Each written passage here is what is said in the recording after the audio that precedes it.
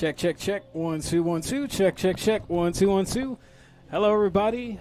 As we close out the final home game of the summer, this is Philip Hall on the call. Happy to be with you as I'm alongside my partner, Spencer Tracy. Check, check. 1, 2, 1, 2. Spencer Tracy with Philip Hall on the call for one last time this summer here at Baylands Ballpark. Check, check.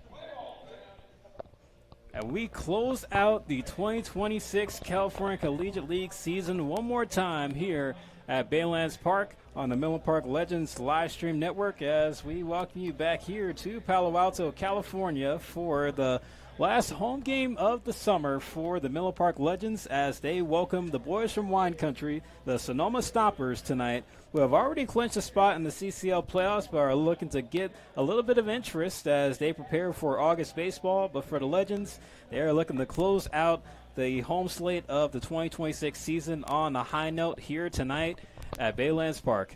And hello, everybody. Welcome to the broadcast for the final time. It's Philip Hall on the call alongside my partner, Spencer Tracy. And Spencer, we've had some good times and some rough times throughout the summer with us covering the Legends. But, for tonight, just knowing what the team wants to do, closing out their home schedule on a high note, what is it going to take down the mighty Stompers? Yeah, we got to take your wins with your losses, right, Philip? A lot of baseball. Some of the best teams in baseball lose up to 50 to 60 games at the highest level. So you gotta give or take the wins and the losses. But, yeah, I think it's what it's going to come down to is recently we've seen a lot of just kind of big innings, and they really grow from walks. They grow from errors, mistakes, mental errors, physical errors. And so the Legends tonight against a very explosive offense. This is the team with the second highest on-base percentage. They're first in home runs, so they know how to swing the sticks.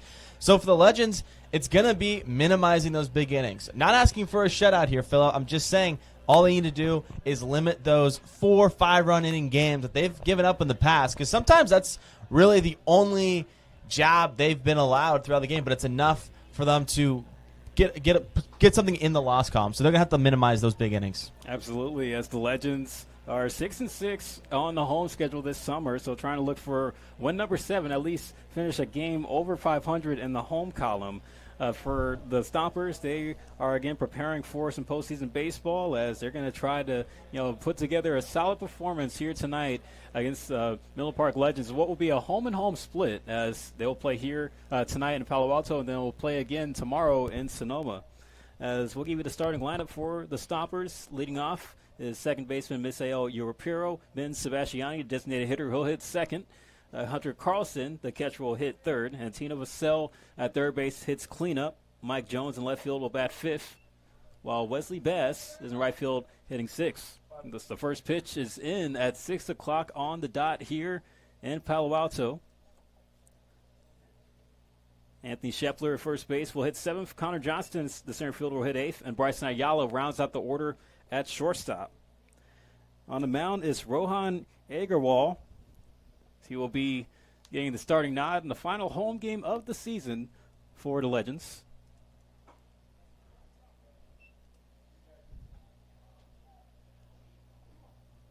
Count now at 2-1 on Misael Europero. Agarwal is a late addition to the Legends roster. Already a few games under his belt. On his hit hard over to third, and it eats up Joaquin Stewart as it will go in the left field. As that is how we will start our ball game with a hard hit single. Yeah, welcome back to the Legends uniform, Joaquin Stewart. It's been a minute since we've seen him in the starting lineup. He gets the start tonight at third base, and first bat of the game gets a hot shot at the hot corner. He's getting a lot more of those tonight with this Stompers offense. Oh, well, watch out, Spencer. The Geese are back. They are back. Only 3 this time.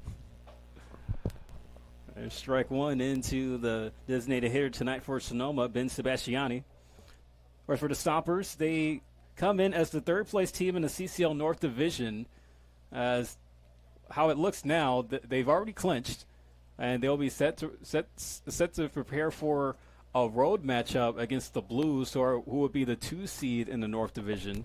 So, depending on how things favor out, with this being the last week of the regular season, the Stompers would go to San Luis Obispo to play the Blues in a 1-game elimination wild card matchup, while the Crawdads, who the Legends saw last night, could be the 1 seed.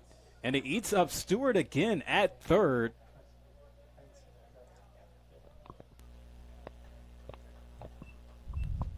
We're going to score that one an E5. As Joaquin Stewart making a return back into the lineup, like you mentioned, Spencer, after taking a bit of a short break throughout the summer season. Yeah, first one a little in between hop there. Kind of just had to rely on the hands. The second one, that's one he's got to take a couple steps back, create that long hop for him, make that an easier play, try and turn two, but just squeaks by him. Two hard hit balls so far for the Stompers. One an error, one a hit. Hunter Carlson fouls off the first pitch he sees. And another thing to note defensively is on the other side of the diamond, Ryan Duran over at first base, getting used to some leather on that left hand, as we typically see him in the designated hitter spot, but instead, Levitt McGee, who we usually see at first base, is at the designated hitter spot tonight. And Ryan Duran's going to get some time on the dirt. Carlson coming into tonight, 32 games with 327 batting average along with 4 home runs. Puts him second in the CCL in the category, tied with a few other players across the league.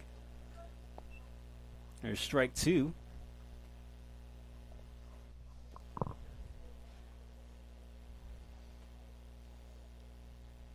The Stompers, as a unit, they hit 249 and have launched 29 home runs in 38 games. The fly ball hit the center field. Griffin goes back on that one. He'll make the catch, and tagging up from second is Europero.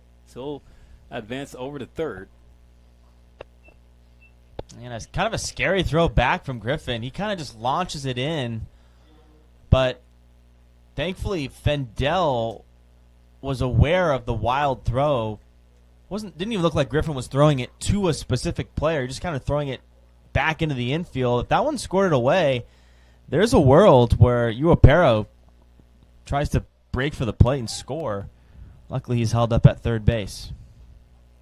That does open up the door for the dangerous Tino Vassell, the San Francisco Don, as he has been one of the top offensive players for the Stompers. Of course, with the lineup assembled by their head coach, Zach Pace. Vassell been reliable all summer long, but 333 batting average, along with the team lead in home runs. He has 5, along with 34 runs driven in. Swung on and missed there. Count at 1-1. Still a chance for the Legends infield to turn a double play with Sebastiani over at first. That one's lined in the right field, as that will drive in the first run of the game. Tino Vassell increases his RBI tally to 35 as the Stompers are off to a 1-0 start here in the first. And this is what I was talking about pregame, Phil. A couple mistakes early in this inning, and now the hits, what this offense can do to you, kind of making those mistakes hurt. But can you keep a lid on this inning? Not let this game get away from you early.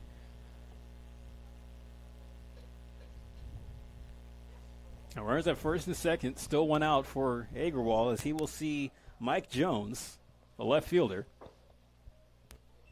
First pitch low for ball 1. The defensive alignment for the Legends goes like this. Michael Aikawa starts in left field, Mason Griffin in center. Eric Altmark goes to the outfield tonight in right. Ryder Kelly back at shortstop, while Joaquin Stewart at third, Isaac Fendel at second, Ryan Duran at first, and Nick Madrigal behind the plate. And that one gets past Aikawa. It goes all the way to the wall. This will score 1. They're waving home the second runner, as that's going to be Vassell. Mike Jones clears the bases with a 2 RBI double to make it 3-0.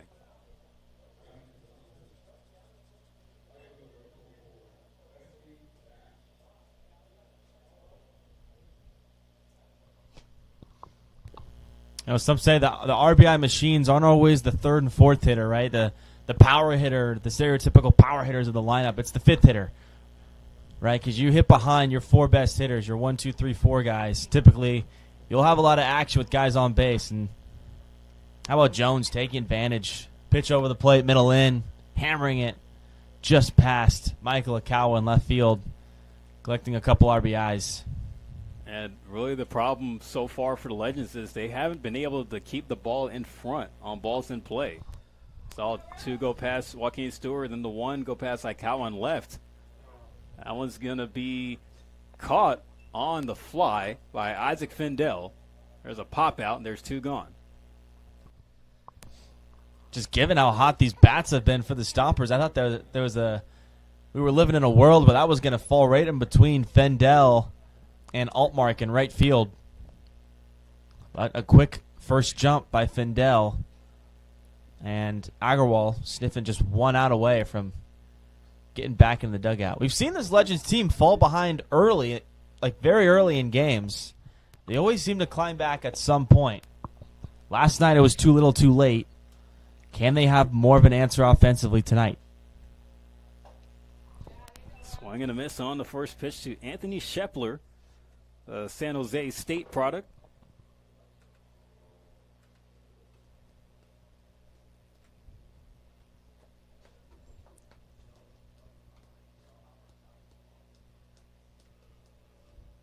Shepler's been having a bit of a down summer, only hitting .218 at the plate, but has, 4 long balls hit. But he has shown occasional power here and there for the Stompers.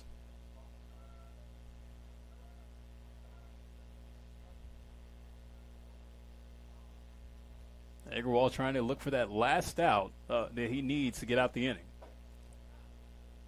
Great pitch there. Swung on and missed for strike 2. It can be tough for a pitcher when you give up just so many hits to find a rhythm, find your groove on the bump. What pitches are going to work for you tonight? You're not always going to have all your pitches. Good sign there. That's a good fastball with some good life. Agarwal sets up the 1-2.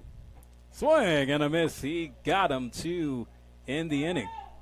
And it looks like the Geese approve with that one as well, Spencer. But the Stompers, they come out strong, putting up 3 runs on 3 hits in the first inning. So the Legends will get their first ups on the night. We'll give you the lineup 1 through 9 when we come back here for the final home game of the season on the Menlo Park Legends live stream network.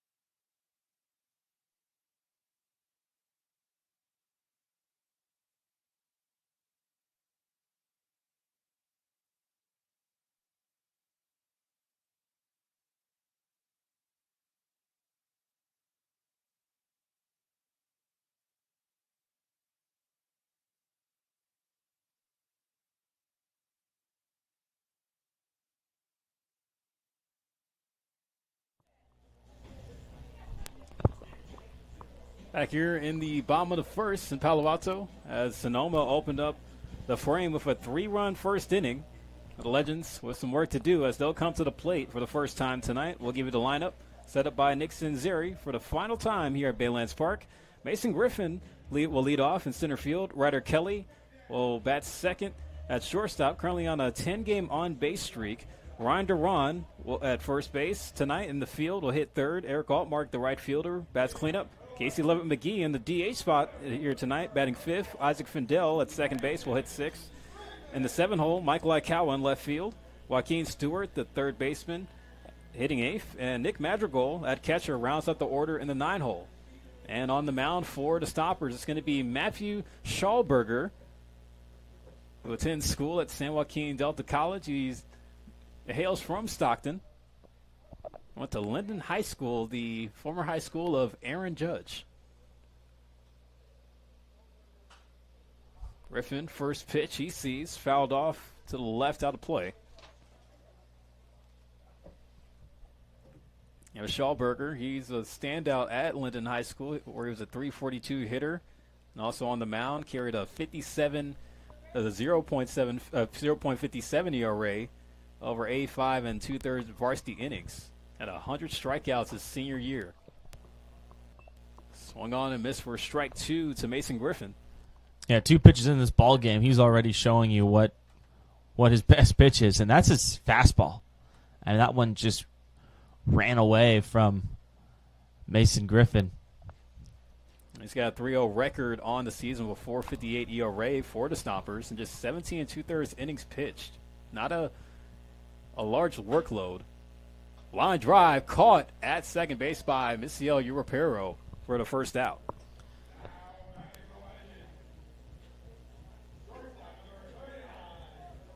It's kind of one of those swings where you go back to the dugout and your teammates are like, man, I don't know what to tell you.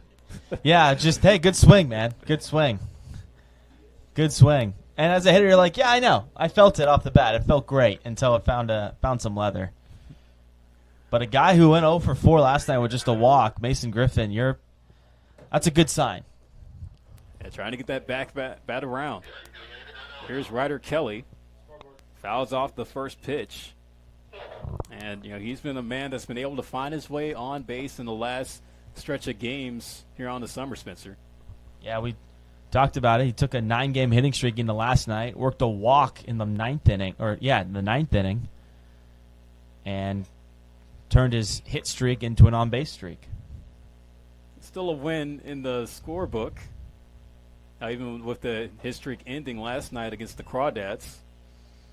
That was a game where the Legends kind of woke up with the bats a little bit later, especially with Kai Manick going all 9 innings. A complete game loss on the book for him. 1-1, hit foul.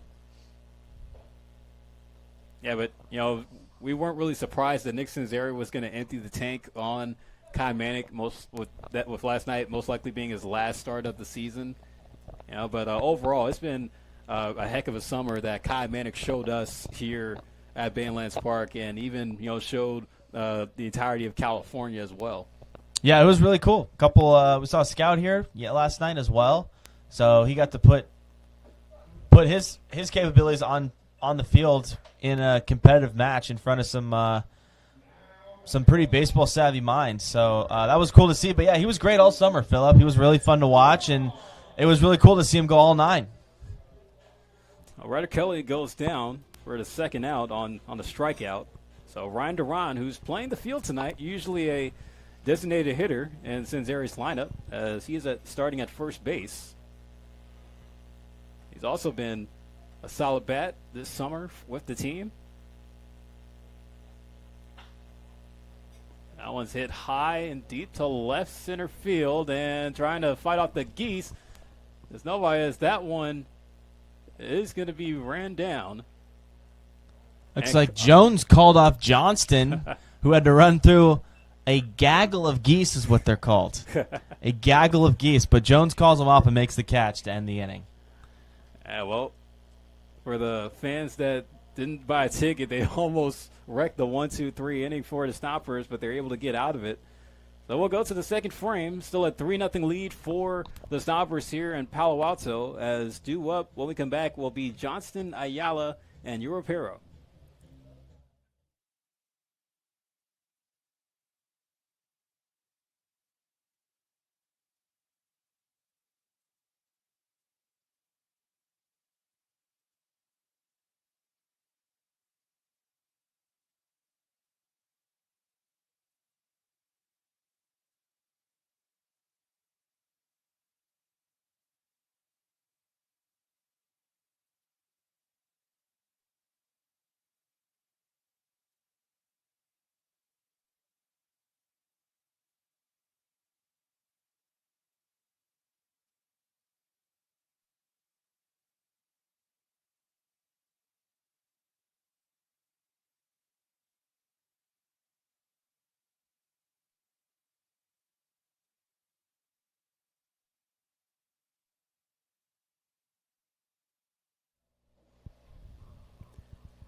Here in the top of the second at Baylands Park, as Connor Johnston will come up to lead off for the Stompers.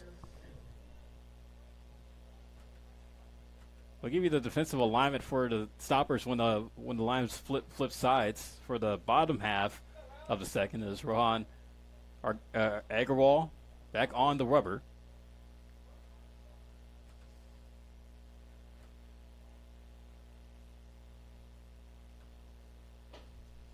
First pitch to Johnston, miss outside for a ball.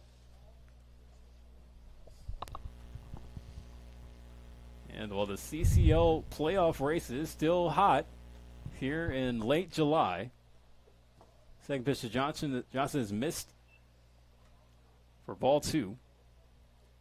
Give you some scores around the league tonight as the Seagulls are up 1-0 on the Crawdads in the bottom of the third. Count now 2-1 on Johnston. Also have the Caneo Oaks 2-1 lead over the Academy Barons in Ventura in the top of the second. So have the Riptide and the Saints.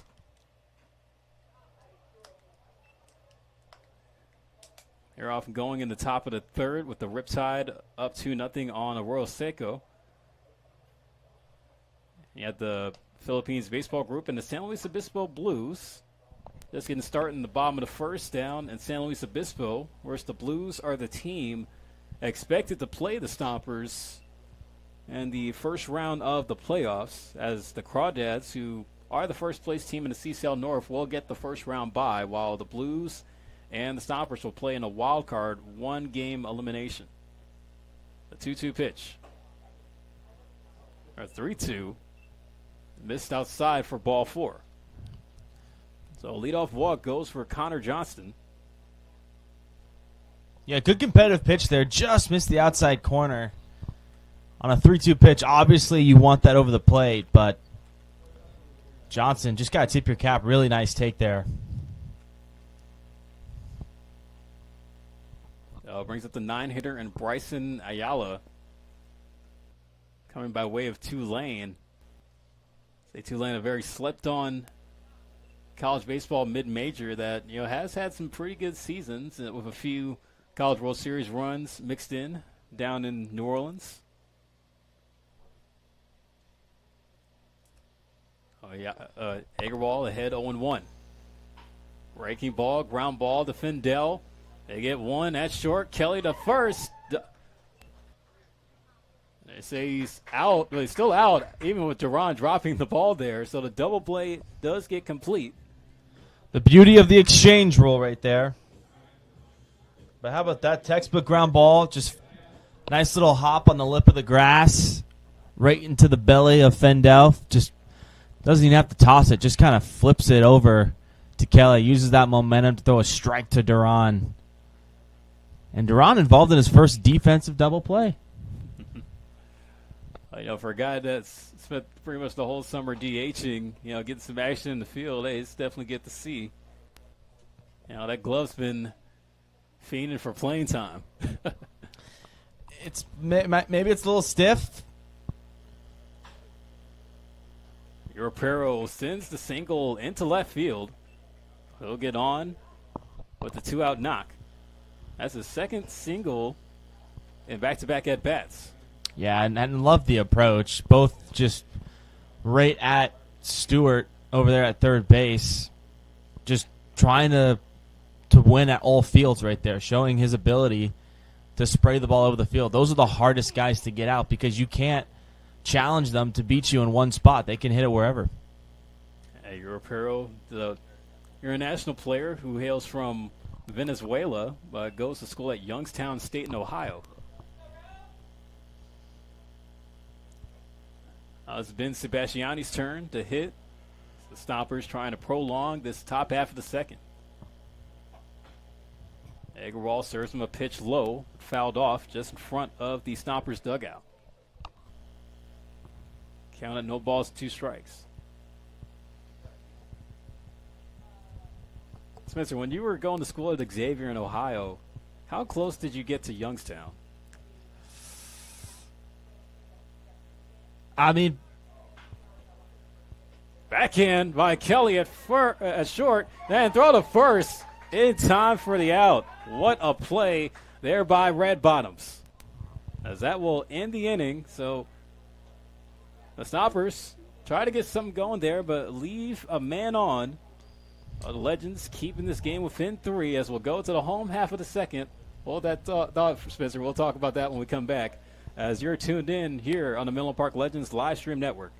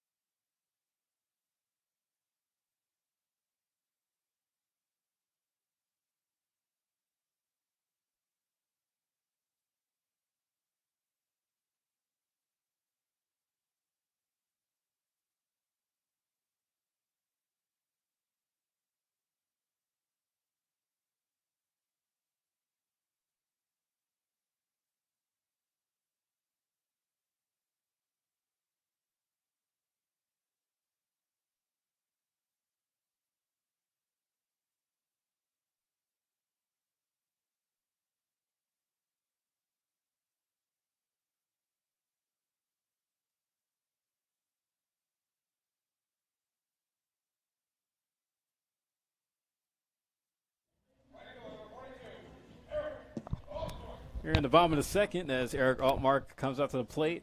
Oh, yes, Mister, I was asking you about your close proximity to Youngstown, if you ever was able to get there when you're going to school in Xavier. Yeah, Xavier's in Cincinnati. Right. Spent some good time in like Columbus. Couple trips over to Cleveland. Not too many moments in Youngstown. No. Nothing bad about the town of Youngstown. I would say one of the better cities. I think I would take Columbus over Cleveland. That's my take. I really love the city of Columbus. Cleveland. Yeah. Yeah. Really nice. I think maybe the Blue Jackets might want to try to sign LeBron.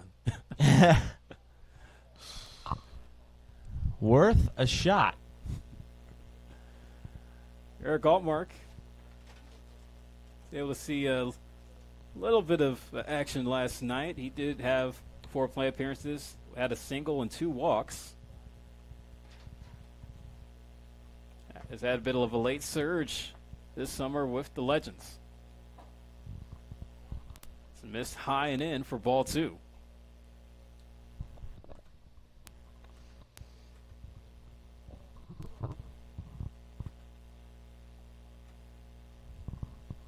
"21 games, hitting .232.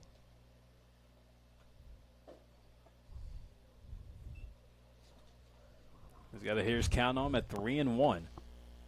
Yeah, Altmark reached base 3 times in 4 at-bats last night against the Crawdads. A single and 2 walks.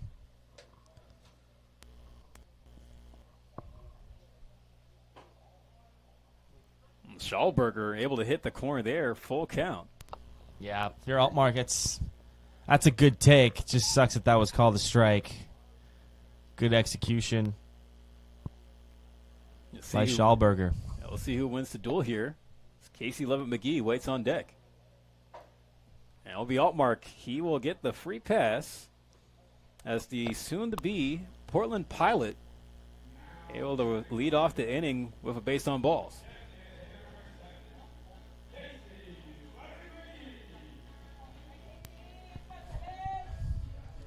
So CLM will get a chance to hit here.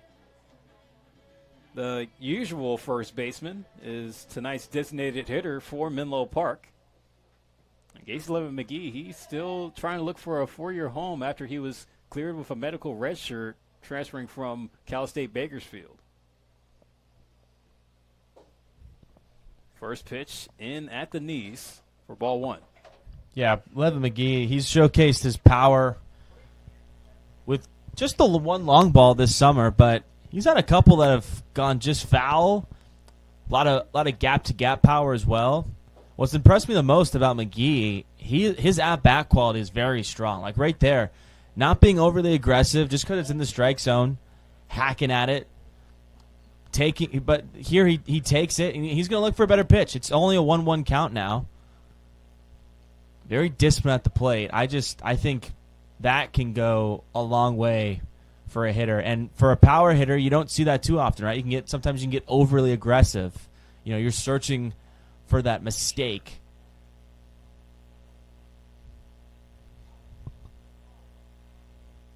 Schallberger steps off. Now, Casey Levitt McGee, he's one of the few Legends players to have double-digit RBIs on the summer. He's driven in 13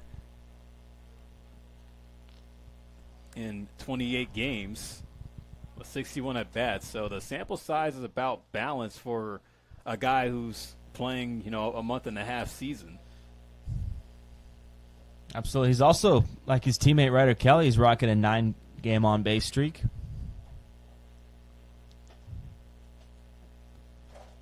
And he's sitting in this 5th spot tonight, just like I talked about. This is an RBI spot. And that one hard, but fouled at the plate.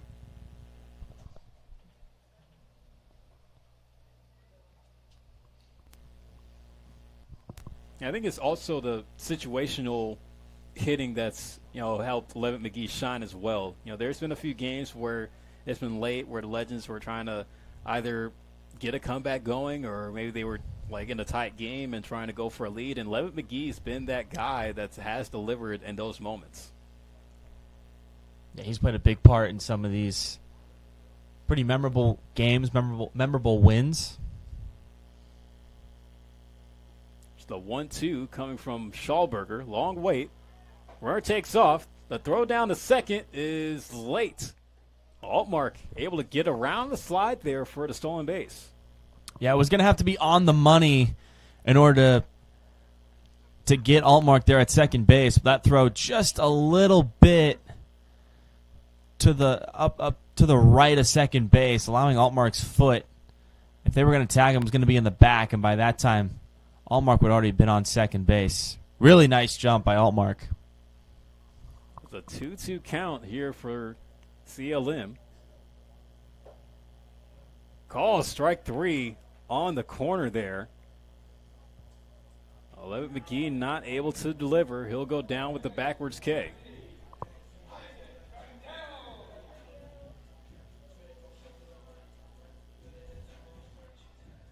Isaac Fendel will take a crack at it with a runner in scoring position. The Altmark's the first Legends player to reach base here tonight so far.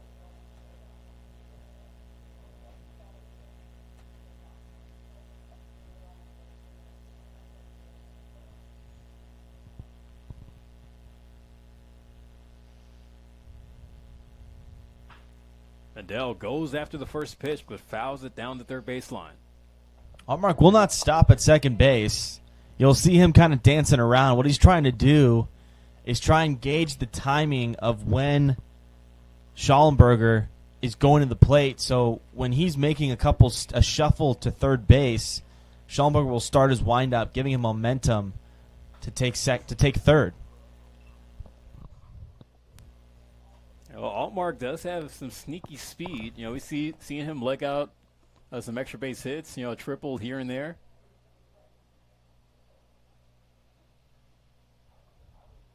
Absolutely a base running threat. A lot of these guys are. This is part of this team's identity here in Menlo Park. The 0-2 count on Fendel. The pitch from Schallberger. Does a triple take the second. There's a fly ball hit down the right field line and running it down. Oh, dropping it is Wesley Bass. It gets past him in right. And Fendel will move over to second.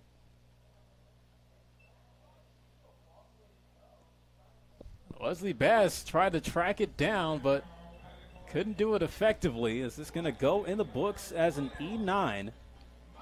Fendel able to move to second. Altmark goes to third on that play as Michael Aikawa will come up to hit. And, we'll give you the defensive alignment for the Stompers here. Justin Jones in left, Connor Johnson in center field, Wesley Bass in right, Bryson Ayala at shortstop, Tino Vassell playing third, Misael Europero at second base, and Anthony Scheffler at first base, and Hunter Carlson behind the plate at catcher.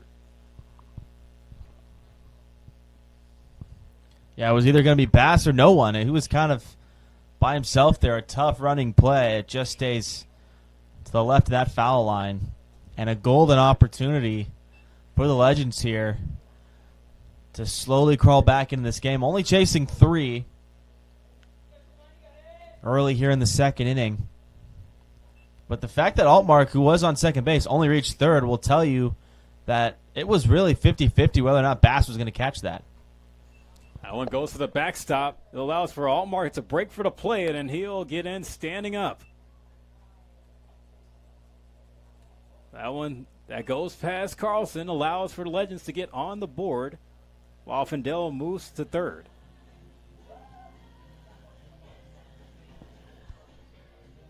Hey, he'll take those. Free 90 feet.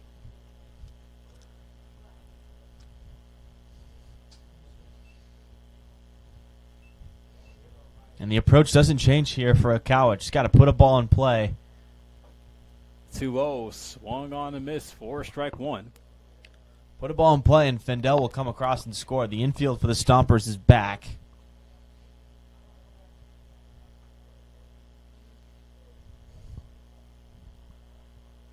With Fendel's speed, I imagine he'll just go on contact.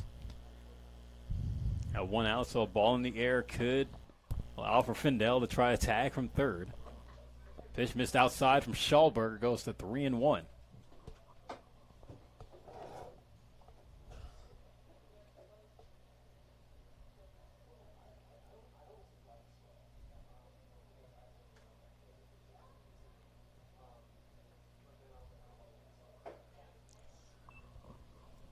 Full count now on Aikawa.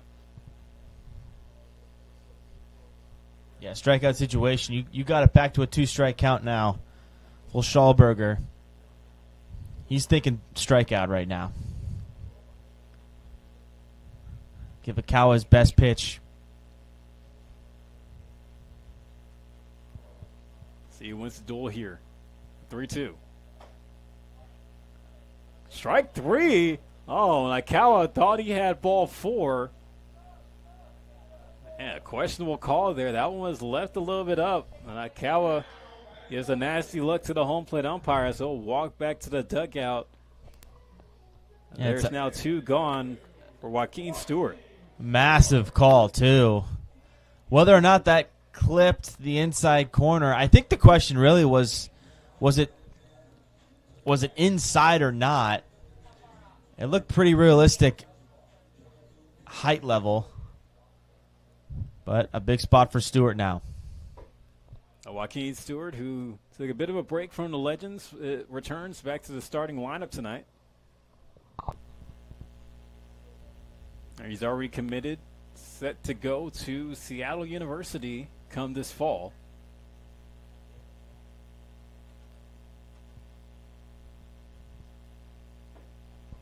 Breaking ball just runs a little bit too much inside. Some nice bite to that breaking ball.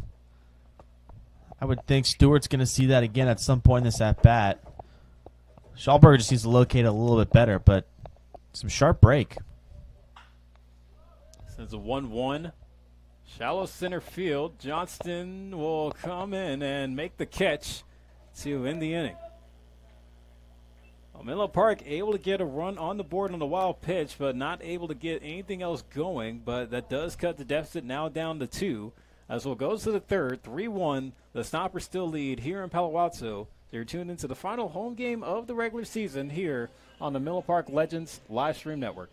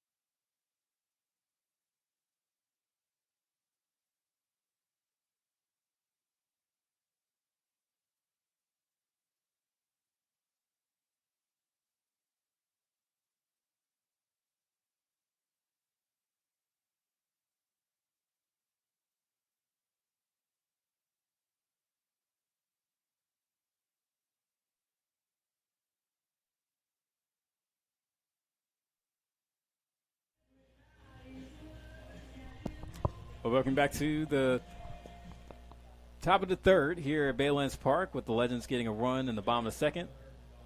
And on this day in baseball history, July 22nd, Ty Cobb steals second, third, and home in one inning for the first time back in 1909 on this day.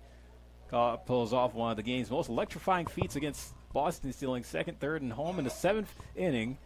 It is the first steal of home of his career and the first of 4 times he would complete the daring sequence. As for the top of the third, I will throw it to my partner, Spencer Tracy, who will take us through the 3rd and 4th inning. Argawal for the Legends starts the top of the 3rd inning with the strike 1 to Hunter Carlson, hitting in the 3 spot tonight and in the squat. Fastball runs down and away into the dirt. Man, I think one of the coolest parts about that era of baseball, I feel like there's a lot of stealing home. You know, you have the iconic Jackie Robinson stealing home, Ty Cobb's doing it. You don't get that as much. Every now and then, maybe Ellie De La Cruz. This one's popped in the foul ground. Joaquin Stewart chasing, but hits the brakes. That one did fall in foul territory and in play, but very close to the fence. Stewart didn't make the running grab. And Carlson will now step back into the box with a 1-ball-and-2-strike count. Yeah, like stealing home feet is definitely a rarity in today's game, and I think also just the form of baseball that was played. It was a lot like the early 1900s. It was a small ball era, with the dead ball era and all, where you had to be aggressive on the base pass, and there was nobody that was more aggressive on the base pass than Ty Cobb. You got to create your own opportunities. Plain and simple. Here's the 2-2 to Carlson. A back foot slider just breaks outside of the zone, and we will have a full count to Hunter Carlson. A good year for Carlson in his CCL 2026 campaign. Second in average and second in home runs, only behind the man on deck, Tino Vassell. The 3-2 is tapped foul, and we'll do it again.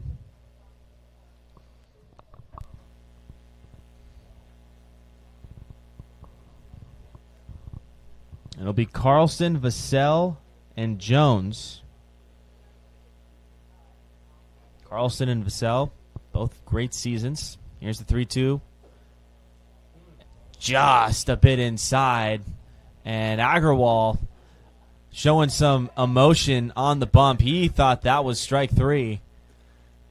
And I think with how that last inning went, some Legends players got a little bit cheated with the strike calls compared to the other side. So, Agarwal, even though he threw a good pitch there, he wants to make sure they could try to edge more of the strike zone next time.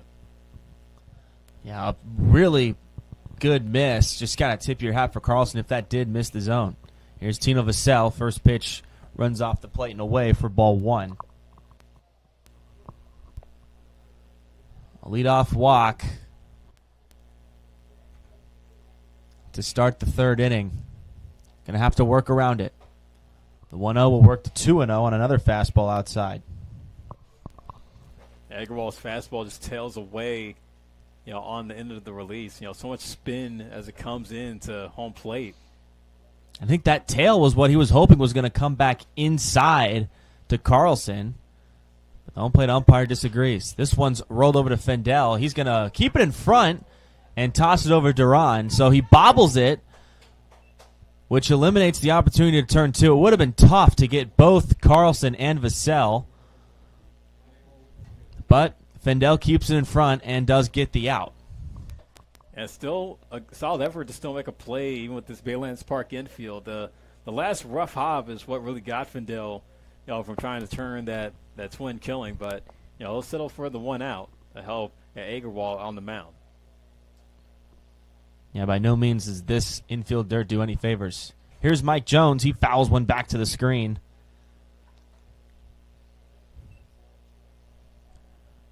Jones, a 2-run double. That squeak past the left fielder, Michael Akawa, allowing Vassell to score from first base on the play. Carlson takes a healthy lead from second. Fendel checking in. Agarwal the pitch. That one catches just around the knees with a fastball for Jones. And it's now no balls and 2 strikes. Like the look here. You want strike volume, especially if you're going up against a lineup like this. The 0-2. Out in front and lofted in the left field. Back is going Akawa, and it's off his glove. It's a drop. Incoming is Carlson. He'll score easy. And jogging into second with another double is Mike Jones. It is going to be an error. But, man, out in front and beat on the pitch. But Mike Jones using every inch of his frame to get some height on that. That looked like a routine fly ball, but just kept on carrying. And Akawa, just a last-second turn with his chest facing center field and immediately turning over to the foul line, and the ball bounces off his glove. And the Stompers now lead 4-1. Yeah, that was just a tough play there for Aikawa. We thought he was going to have a firm grasp on it, but I haven't really seen Aikawa play too much outfield this summer, so just getting adjusted to a different range of motion as well as also a different trajectory of the baseball. It was tough. Kind of had that feeling that it was going to be a struggle for him to try to make that play. Yeah, battling some sun as well here as we get deeper into the evening. It's going to be the right fielder, Wesley Bass, stepping in.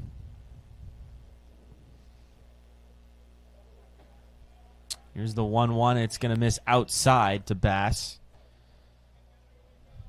So the Legends get on the board in the second. And within the first 3 hitters of the third, the Stompers get that run right back. Agarwal, deep breath, comes set, delivers. Nice fastball right over the plate for strike 2. Evens the count at 2-2.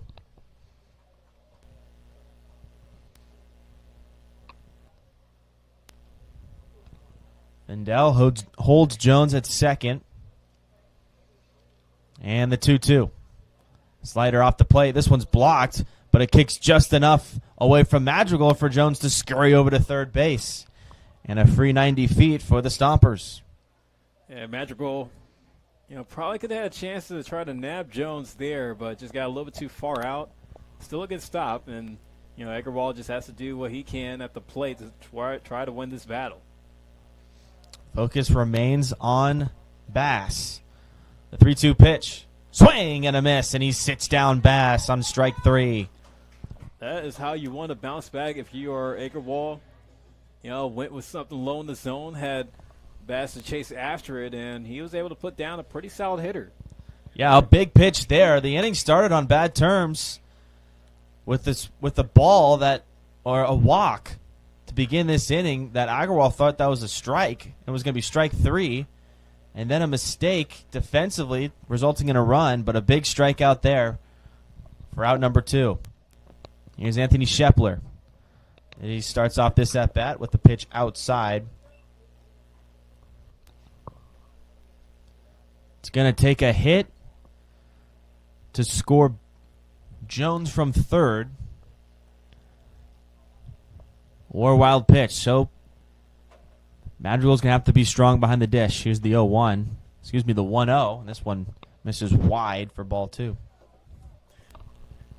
And Agarwal, he hasn't allowed too many free passes, nor has he, thrown too many pitches way out of the zone. So the control's been there. It's just all about trying to get some help from the defense. Here's the 2-0. He challenges Shepler, and he fouls it back. Might have gotten a piece of Madrigal behind the plate.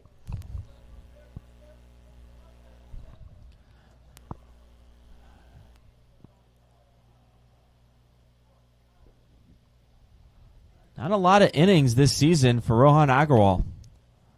Just 3 1/3 before this game. The 2-1 misses again outside.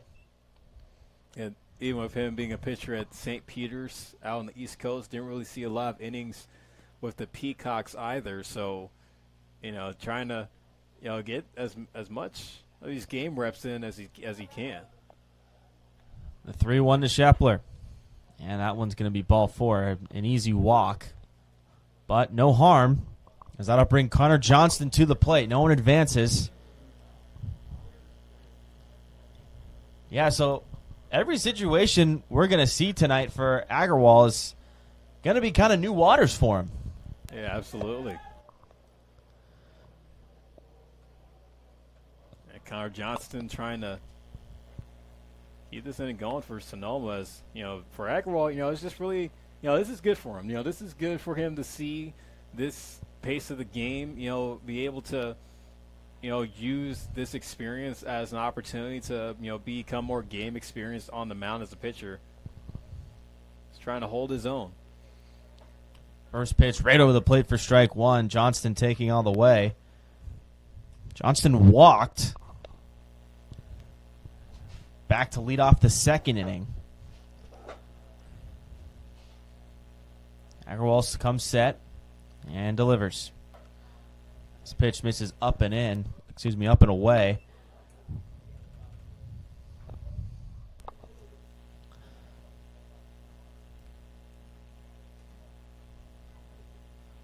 Johnson ready from the left-handed batter's box. Pitch lined up the middle. It squeaks by Fendell into right center field. Moving over to third is going to be Schepler.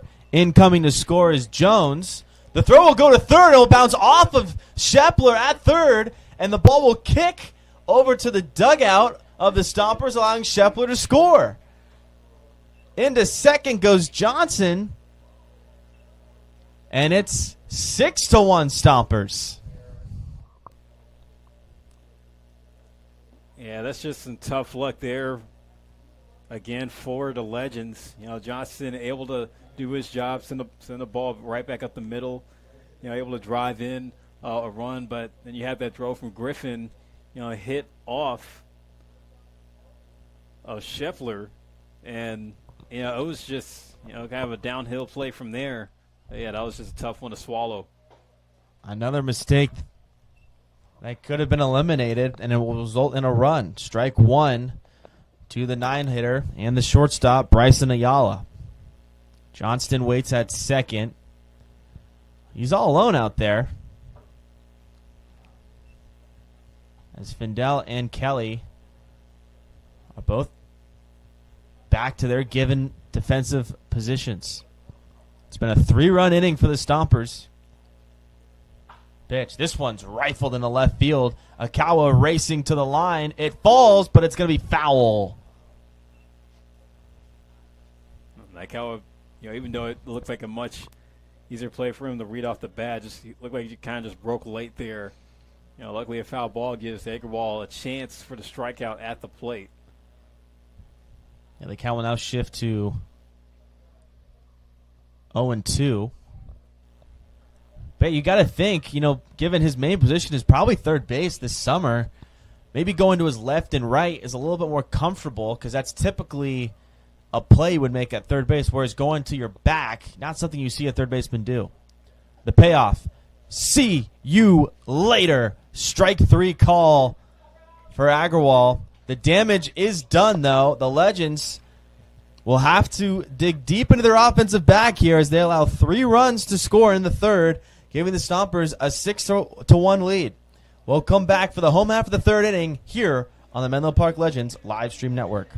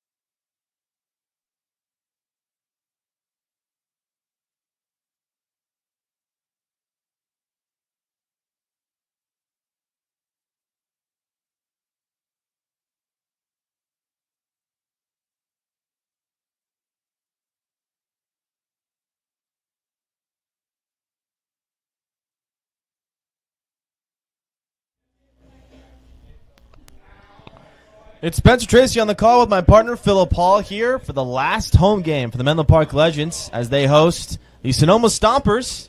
As we enter the home half of the third inning, the Stompers surrender their first run to the Legends in the second inning and immediately respond with 3 more in the top half of the third. Here's Nick Madrigal, the catcher, hitting in the 9th spot. As Matthew Schallenberg comes set. And the first pitch to Madrigal runs high and in.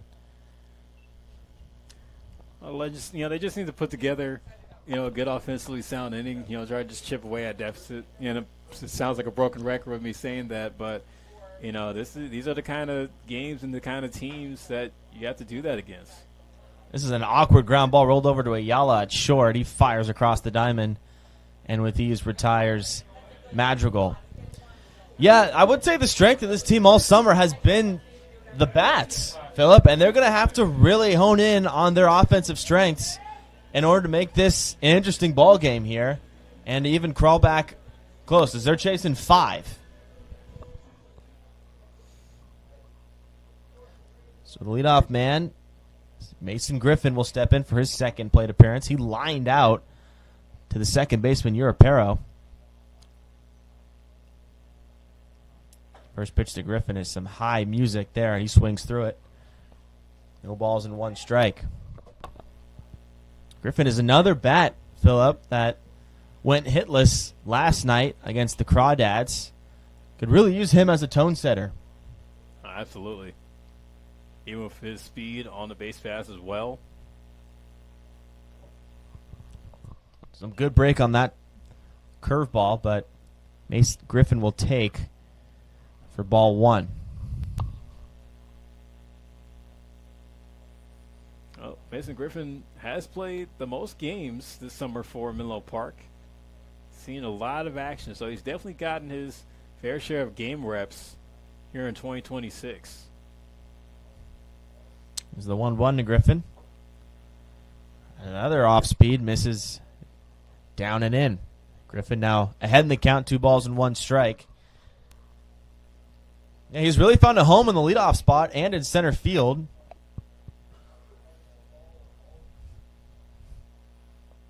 Here's the 2-1. This one's slowly hit over to Shepler, who steps on the bag at first for the second out of the inning. So, seeing some repetitive themes here tonight compared to last night's loss, their 6-3 loss to the Crawdads. Philip, what's going to have to change here? Yeah, they just got to find some way to slow down Matthew Schallberger. Like the Legends in their last few games, they've come across against good pitching teams where, they've just been kind of hard to figure out. This one's popped in the shallow right field. Some trouble there, but over is Europero to make the catch.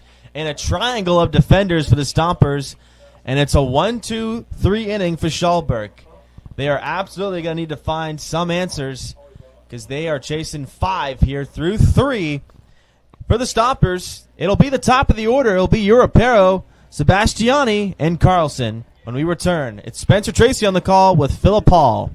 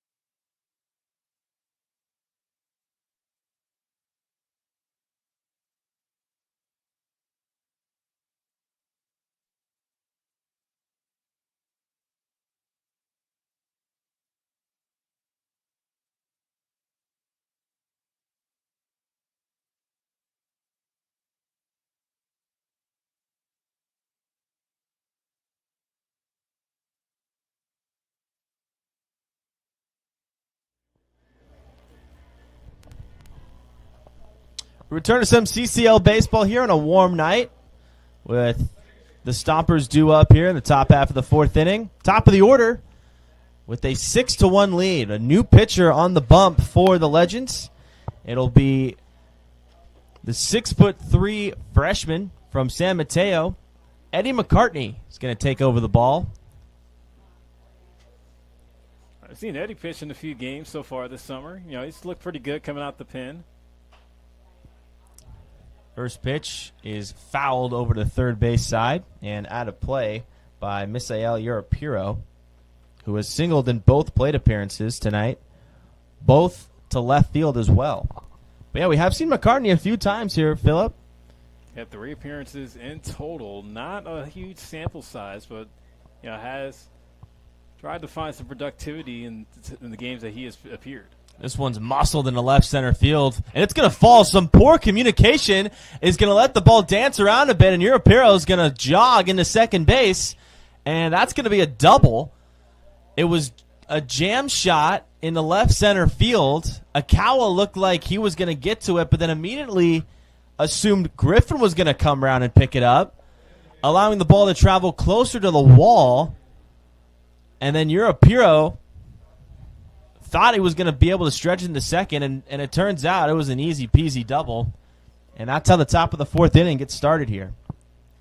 Well, through 4 innings now, Misael Europiro has a 3-for-3 game. So that's his third hit on the evening, able to deliver in the leadoff spot. Talk about setting the table. Here's Ben Sebastiani, the designated hitter. Sebastiani fouls a fastball back to the screen. He's reached on an error and grounded out to Ryder Kelly. A very impressive backhand to end the second inning. Kelly fielded a nasty one-hopper, did a complete 360, and then floated one over to Duran at first base.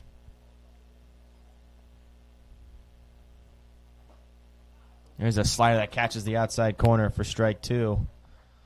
So McCartney immediately responds with 2 strikes to Sebastiani. More danger awaits on deck with Hunter Carlson and Tino Vassell in the 3-4 spot.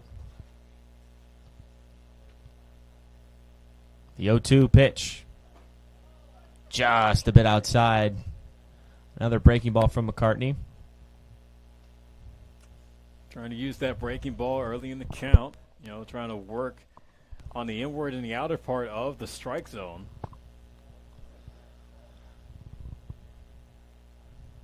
It's where pitchers can really take over the game, being able to locate both sides of the plate, as you mentioned, Phillip. Still in the count, 1-2. McCartney sets. Delivers. This one's rolled up the middle. This is going to get by over to Griffin. Scoring with ease is going to be Europiro. And it's going to be an RBI single for Sebastiani, and the Stompers extend their lead 7-1. And you can just see how effective of a lineup the Stompers lineup is. You know, they find ways to hit the ball back up the middle, and you know, I like to say, Spencer, 95% of the time that's a guaranteed hit, and especially when you're doing it with runners in scoring position, it makes it even better. The name of the game is runners in scoring position. Stompers have taken advantage of that and mistakes as well tonight. Here's Hunter Carlson, the catcher. A controversial walk his last appearance, or a really good take. There's no ABS strike zone here, so we're just eyeballing it from behind home plate in our booth. But the first pitch catches the outside corner for a strike. McCartney deals. This one's lined into right field for another hit. Gathered by Altmark and thrown into the cutoff man Kelly, and it's another single, back-to-back singles for the Stompers.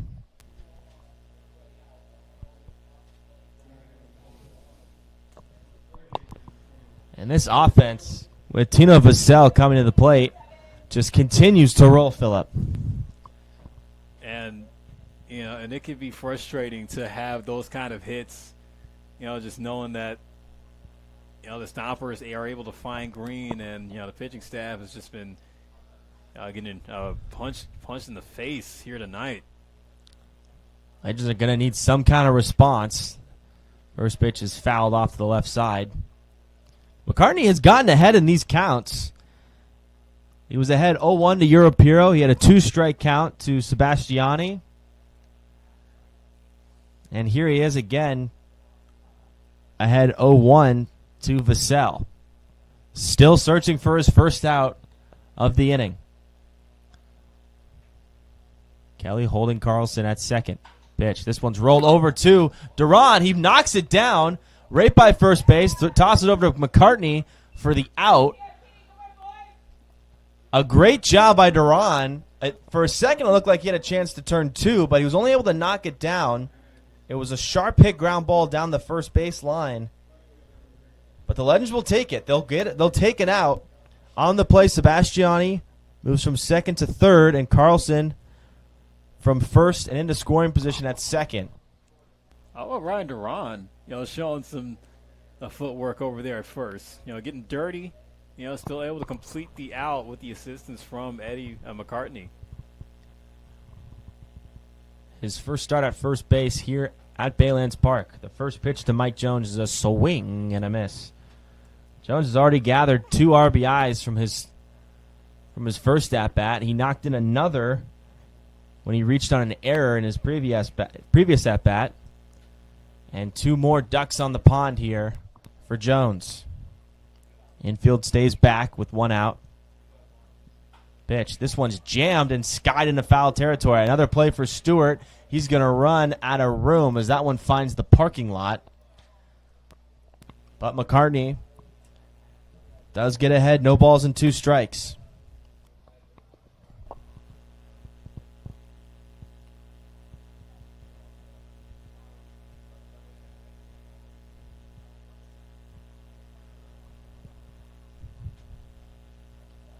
McCartney agrees with his pitch with Madrigal, and he comes set. Pitch. That's another slider off the play. And there's that slider again, Phillip, trying to use that as his wipeout pitch. Yeah, not a bad location for it, too. Having a tail away against a right-handed hitter. Trying to get them to get off balance. Count moves to 1 ball and 2 strikes. And a nasty check swing. Yes, sir, for strike 3. And a big strikeout there from McCartney. Is there a way to register that as a backwards and forwards K? That was a little. I would say we turn the K at a at a 90-degree angle and call it a side K. Yeah, I would say lowercase K, but they're kind of the same. Yeah. Kind of the same thing. I like that. That's what that would. That qualifies. Here's the speedy right fielder Wesley Bass to step in with 1 away. Still runners on second and third with 1 out. This one softly hit. Is it right at Fendel? Yes, it is. And that's going to be the 3rd out of the inning. And the Legends only surrender 1 run, but they do make their offense. They task their offense with more work to do as they trail 7-1 here before we head to the home half of the 4th inning. It's Spencer Tracy with Phillip Hall on the call here on the Menlo Park Legends live stream network.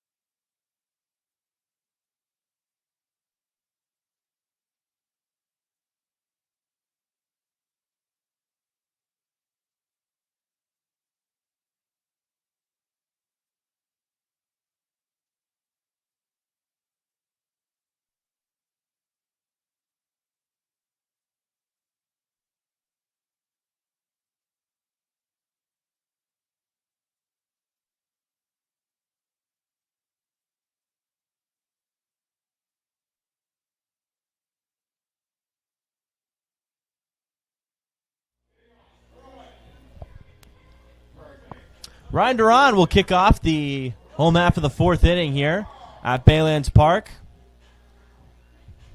It's been all Sonoma with an early 7-1 lead here, scoring 3 in the first, 3 more in the third, and then tacking on 1 more in the fourth.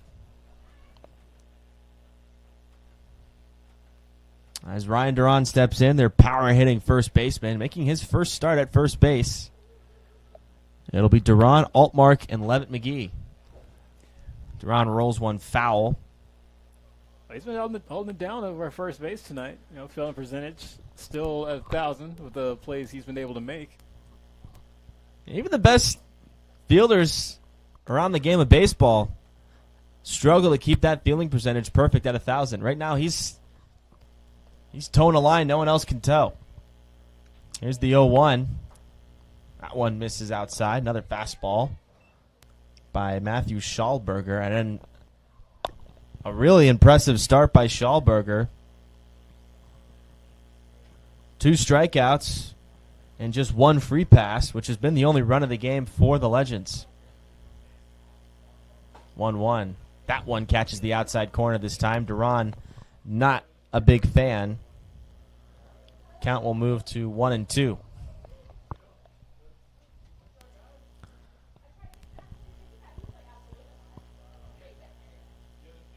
Schallberger comes set, bouncing that toe.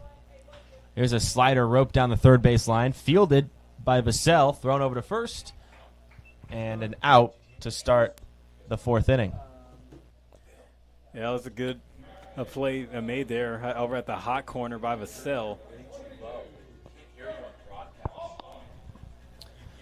Yeah, a really nice backhanded play by Vassell to reload and then throw across the diamond. And the first out of the inning, always the big out of the inning. It's always nice to have an out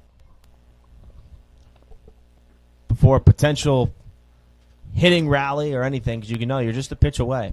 I'll bring up the cleanup hitter, Eric Altmark. A big hack at a fastball for strike 1.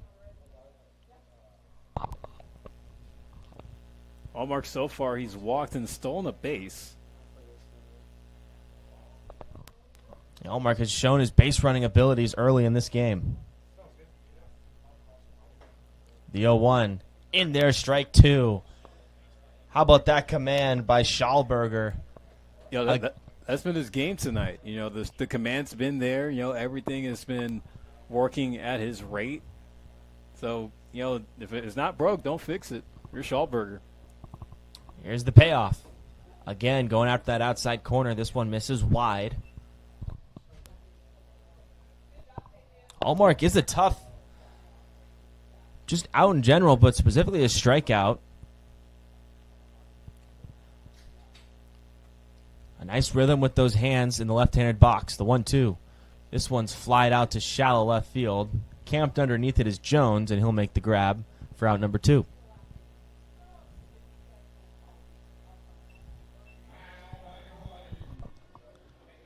That command that you mentioned, Phillip, has made it tough for the Legends to get any free passes. They ran into a couple back in the second. They scored 1 run in that inning.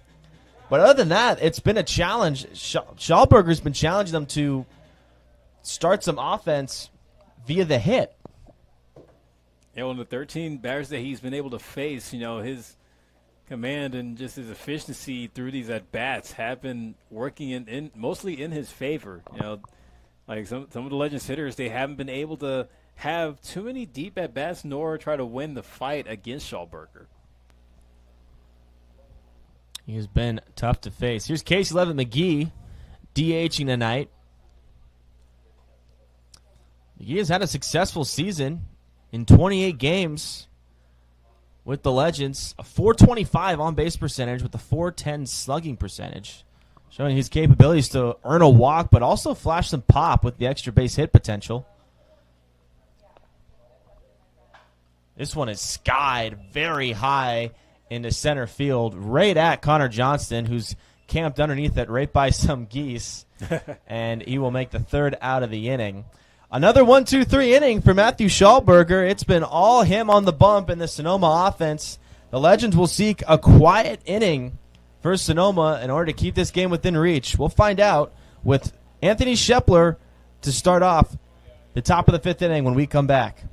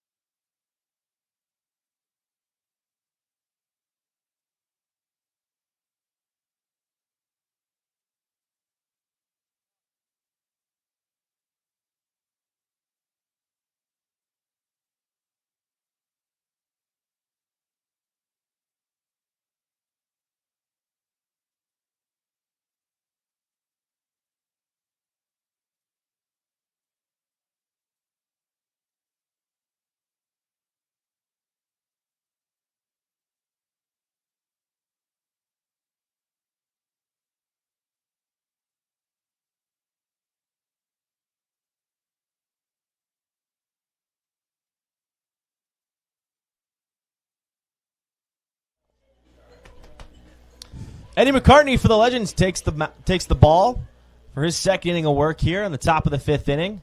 7-1 Stompers as the leadoff man will step in. The first baseman, Anthony Shepler, as I pass play-by-play duties back off to my partner, Philip Hall. All right, thank you, Spencer. The Stompers still holding the hefty lead here in the top of the fifth, 7-1. Line score goes like this: 7 runs on 8 hits, no errors, 1 run on 1 hit, and 3 errors for the Legends. Again, one of the plays that was made on defensiveness for the Stompers was rescinded from an error to a hit for the Legends. So that has been the lone hit on the night for the team. So Eddie McCartney delivers ball 1 into Anthony Shepler.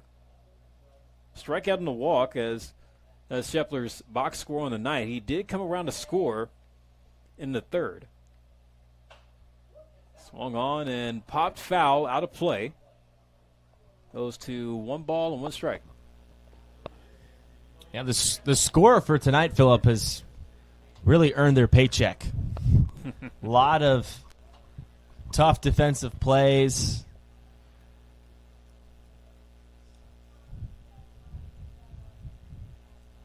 See where McCartney goes here, the 1-1 pitch.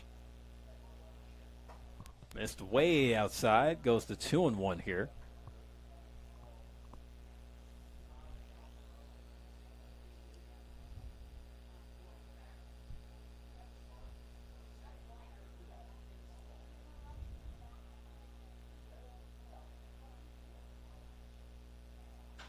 Oh, Shepler will swing and send this one to right field, but it will be playable for Altmark. He runs in to make the catch.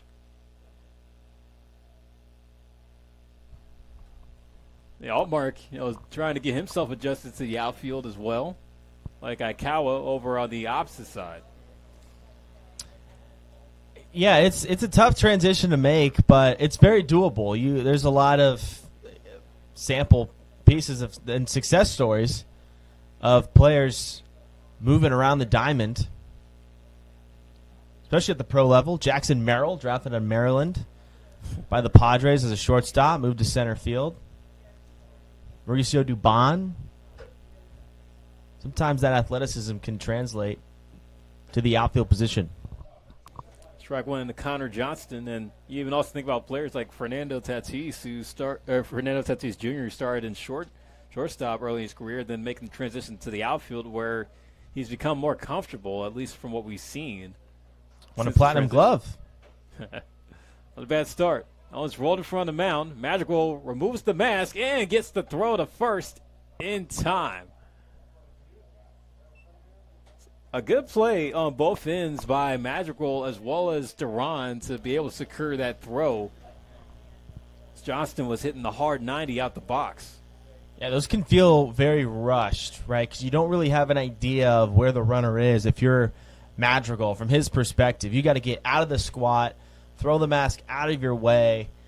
You got to go chase the ball. It's usually still got some spin to it. You got to make a clean barehanded play. There's so many elements that have to come together to make that play work. Great play by Duran and Madrigal. Bryson Ayala will be up to hit. He's 0 for 2, ground into a double play. Turned by the Legends infield, a 4-6-3 in the second inning. He's going to look at strike one to begin the AB.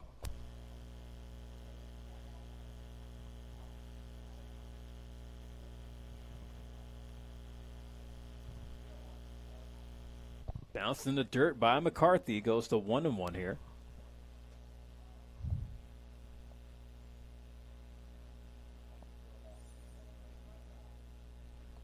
Now, the biggest change from McCartney this inning, a lot more off-balance swings by the Stompers. Saw a shallow fly ball by Shepler, then Connor Johnston taps one out in front of home plate, clearly missing the barrel of the bat. That will lead more to success. So whatever adjustment McCartney made with Madrigal in the dugout and with Cinzeri and the coaching staff, Legends are going to need that in order to keep this game within at least 6. 2 balls and 1 strike to count for Ayala. McCartney still can't hit it. The zone, that is, as that one goes to the backstop for ball 3.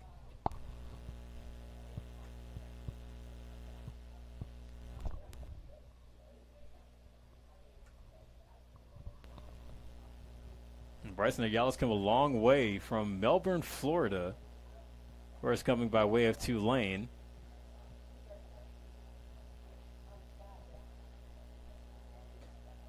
Three one, just hits the corner for strike 2. So the battle continues. So McCartney will turn this into a duel with Ayala. Man, just one of those seams must have hit that outside corner. Big pitch by McCartney. Here comes the payoff. That one's ripped to center field. Griffin running back to the wall and able to make the catch. Man, he's been a vacuum cleaner out there in center field tonight. So a 3-up, 3-down inning as the Stompers not able to get anything going. So that will bring the Legends back up to the plate in the bottom of the 5th, still trailing by 6, as we'll be right back here at Palo Alto on the Menlo Park Legends live stream network.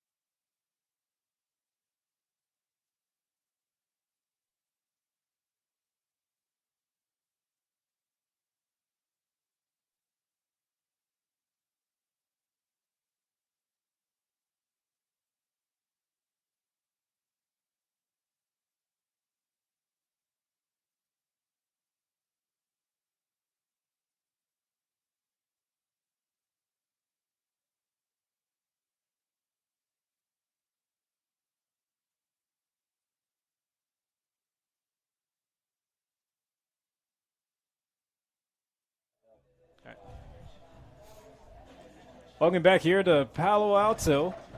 7-1. The Stompers still hold the lead as Matthew Schallberger's night will be done. It's going to be Jackson Rowland coming in the pitch now for Sonoma.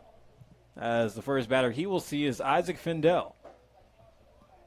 There's strike one into Findell, as he has recorded the lone hit tonight for Menlo Park with a single. Findell drives out to left field, but it's going to be ran down by Justin Jones. Man, that ball was stung off the bat by Findell, but an excellent jump by Jones to give himself a shot, and he had some room to catch that too. Great read. Yeah, was able to turn on the jets there and make the Mike Jones making the play. That was Michael Aikawa, who struck out looking his last time up, and Mike Jones, apologies, on the fly ball out. Aikawa swings and fouls it the other way. And it will go out of play. It was Scheffler trying to make an attempt for it. Scheffler overran that ball, and his last-ditch effort was sticking his bare right hand out to make the catch. I mean, that would have been quite a sight if that was successful.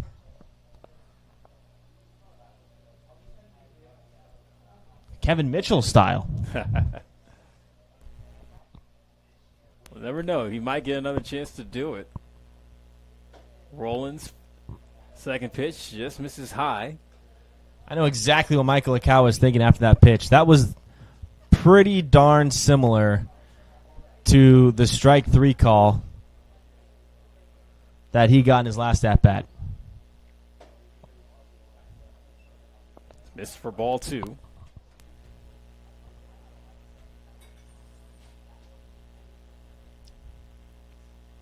Jackson Rowland out of Modesto, where attended school at Modesto JC. Aikawa on the ground to the left and off balance throw by Vassell, and able to get Aikawa. Another solid play made at the hot corner by Tino Vassell. And the defense is standing out right now. A smooth play by Vassell. I think the hardest part about that, not only tracking it down, reaching down to his left to snag that ball before it makes its way through the six hole, but the 360 turn, Phillip, almost turning your back to the play and just kind of having to have that muscle memory of where first base is when you turn around and make that throw. What a play. Keane Stewart goes after the first pitch. And I've seen Tino Vassell, make plays like that, during the school season with San Francisco. He's a sound infielder. I was able to show off some range and some glove work. So he's been doing a lot of that this summer with the Stompers.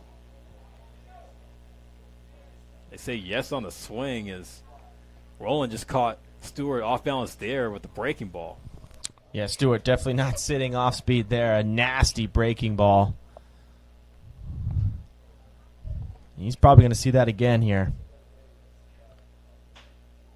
0-2 hit to short. Picked up by Ayala. Another throw on the run. Oh! It goes behind Scheffler at first. He loses his footing off the bag. So Stewart will reach on the error on the throw. Yeah, Ayala did most of that right there. He fielded off his left foot, kind of on the run, which is totally fine. I just think he had a couple steps to kind of get comfortable with a throw on the run. I mean, you'll see a lot of players still throw on the run, but they'll take a couple gather steps, so it's not super quick and forced in a way. I felt like he rushed it a little bit more. Would have been a nice play. We've seen Ayala flash the leather plenty of times here in the previous two meetings against the Stompers at Baylands Park. Nick Madrigal hacks early but fouls it off. He grounded out to Ayala his last time up.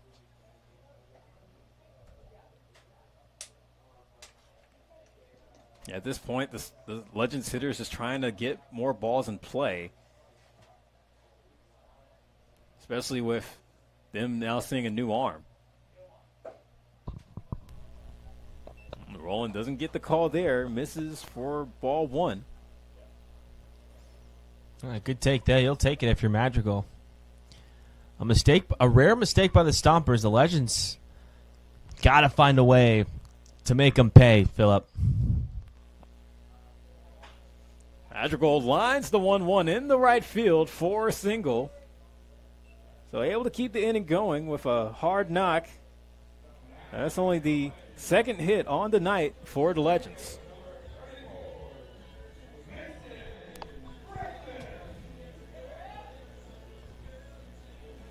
So that does open up the door for Mason Griffin with 2 out. Yeah, this is the guy we've talked about. His impact this season, a little bit of a cold streak as of late. They're just waiting for him to break out of it. A very talented hitter in Mason Griffin. Now would be a pretty good time to get hot. 0 for 2 on the game, and this being his third at bat. So look at ball one.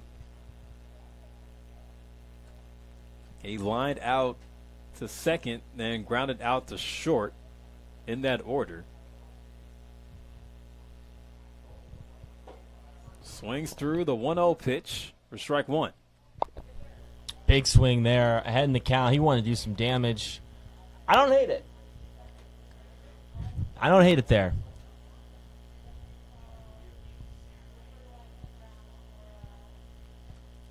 The young man who attends school at Northern Colorado.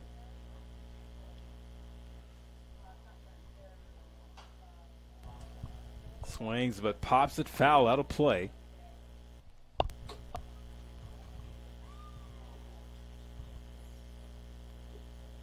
Let's try and get on the same page here if you're Carlson and Roland. Just a quick chat. Head in the count, so no sound the alarms.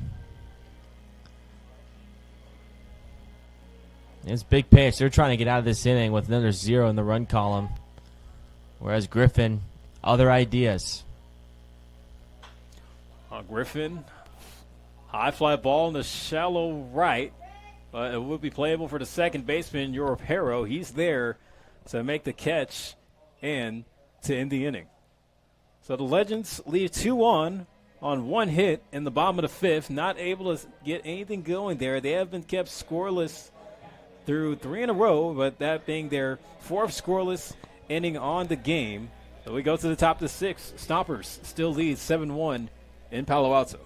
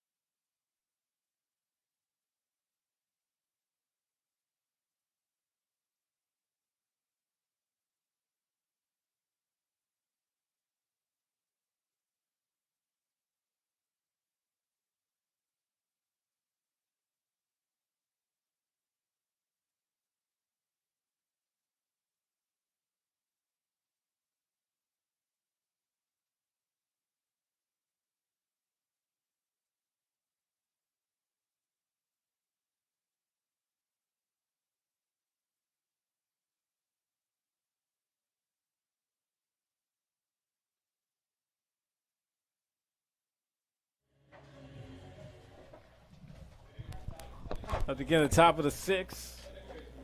Well, the final home game of the season hasn't gone the way that the Legends have planned for it. Still down 7-1 to the Stompers. But I got one more this day in baseball history, the last one for the summer, and hopefully it will pep your spirits up of how this game has been going. Hit me. All right. So on this day in 1941, Dick Wakefield becomes baseball's first bonus baby. Of course, the term bonus baby originated, well, in the modern sense, it's the term for signing bonus. As here's Misael Europero, the lead off for the Stompers in the top of the 6th. Yeah, but bonus baby is the old school term for whenever a player got a signing bonus after, well, in 41 there wasn't a draft, but there was still, players having to try out for major league teams and getting signed. So Dick Wakefield, who signed on with the Detroit Tigers out of the University of Michigan, he got a bonus of $52,000 and a new car, making him baseball's first highly publicized bonus baby. Hey, how about that deal?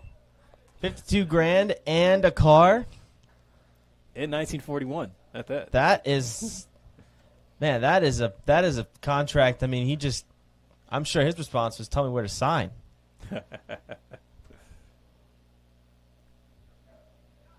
Europero goes around on the swing. He's down with the strikeout to open up the top of the 6th for Eddie Martin McCartney.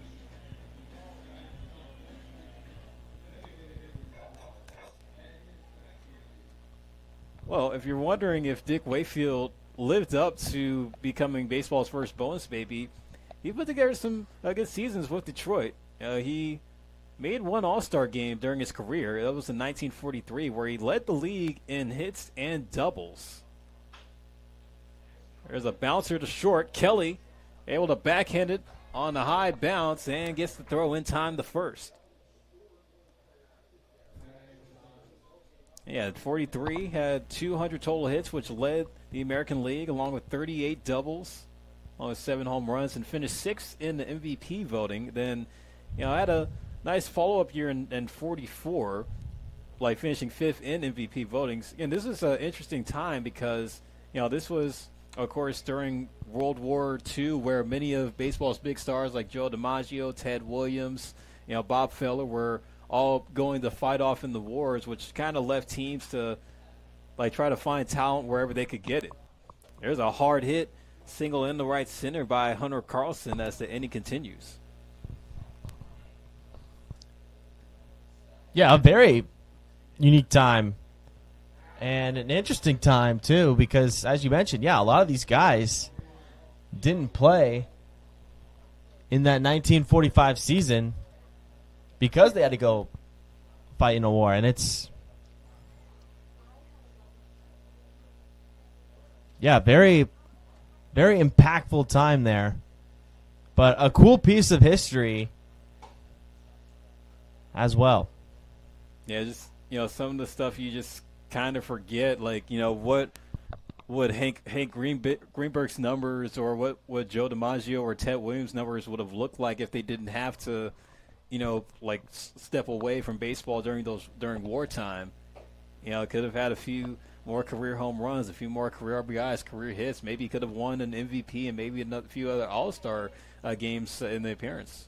Yeah, I mean, people talk about how much, being an athlete will age you, and, you want the younger you are, the more you are in your prime. But, I mean, think about the impact, fighting in a war would put on you. And that's a great point you just made, Phillip. I mean, it's immeasurable. I mean, it is beyond amazing they even return to play. I mean, this player, for example, he played for another, 5 seasons? Is that what I'm looking at, Phillip? He served in the war in 45, and I was kind of close to the tail end of World War II, but then came back and played out 4 more years with the Tigers, then kind of tailed off a little bit, closing out his career with the Giants.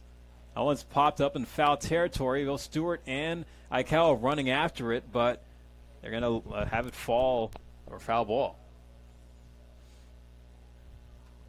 But like even though we don't think about those kind of things now with the times that we're living in, it does kind of put into perspective. Like, what does a star athlete look like after coming back from pretty much military service, whether that whatever that may be, but. Like how do you regroup? Like how do you still get in the baseball form after spending 1 or 2 years away from the game as a professional? Yeah, I have.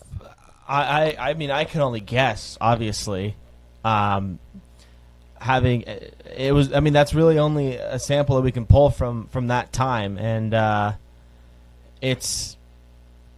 I just can't even imagine. I mean, maybe it's just a way to kind of escape that time for them and get back into the lifestyle of being a ball player, But yeah, it's a really courageous decision to make, and then to return back to the baseball field and compete at a very high level, and with some of these guys at extremely high levels, and returning to being some of the best players in the sport at that time is super remarkable. Very, very, very interesting. I'm sure there's so many Ken Burns documentaries and really cool YouTube video shorts that break that all down. Tino Vassell reaching with the walk that opens up the door for Mike Jones. Fouls out the first pitch. And I'm sure with service time being more valued than just everyday baseball play, it did really put the game in a bit of a pause at that point in time in the 40s. Hey, it's kind of similar to what the pandemic season was like. Is that one's low for ball 1 to Jones? It's like like the pandemic took away some games, and even some guys, even minor league guys, had to step away for a year since they couldn't play to get normal jobs until they were able to return back the following year. I'm not don't get me wrong, I'm not comparing a worldwide pandemic to a world war, but yeah. It has those similarities with pause in the game, some of the high level talent going on to to serve for a much greater cause than playing baseball. But just some of the things that we had to just let pass by our eyes, but still remember, like, hey, that time period had an effect on somebody. Yeah, absolutely. I would say two pretty different events, but probably the closest comparison you can make in most recently. Jones, high fly ball deep to left field. Aikawa will look up and watch that one go out of here. A 3-run home run by Mike Jones, as that has now busted the game wide open for the Stompers. Now 10-1 here in the 6th.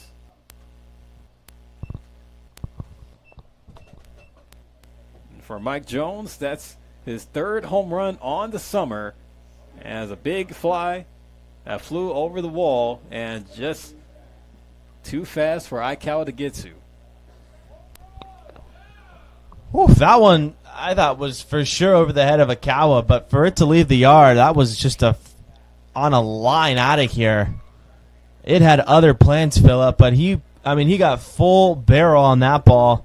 And how about his 5th RBI of the game for Mike Jones? Just continuing to punish this Legends pitching staff. Eddie McCartney still working with 2 outs here. Wesley Bass will come up to hit.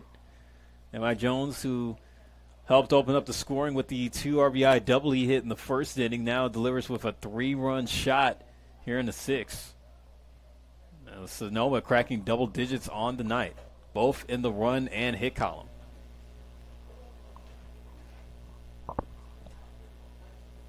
Yeah, 2 columns. The Legends have some work to do there.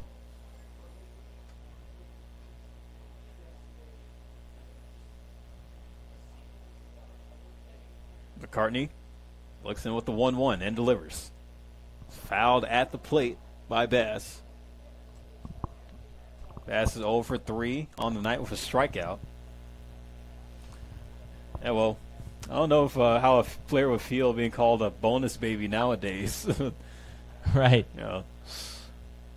Different times, but like if we were to use the term bonus baby playfully, you can look at some of the guys that went in the first round of the draft this year, getting those big $1 million signing bonuses fresh out the gate, hoping that they can live up to the expectations, just like how Dick Wakefield had to make sure that he lived up to the expectations with his bonus. There's strike 3 called to wrap up the inning, so Eddie McCartney will help the Legends get out of that one, but the Stompers deliver big time on the 3-run home run from Mike Jones, his third of the summer, as it's now a 10-1 ball game here in Palo Alto. The Legends back to the plate with Kelly, Duran, and Altmark due to hit in the bottom of the 6th.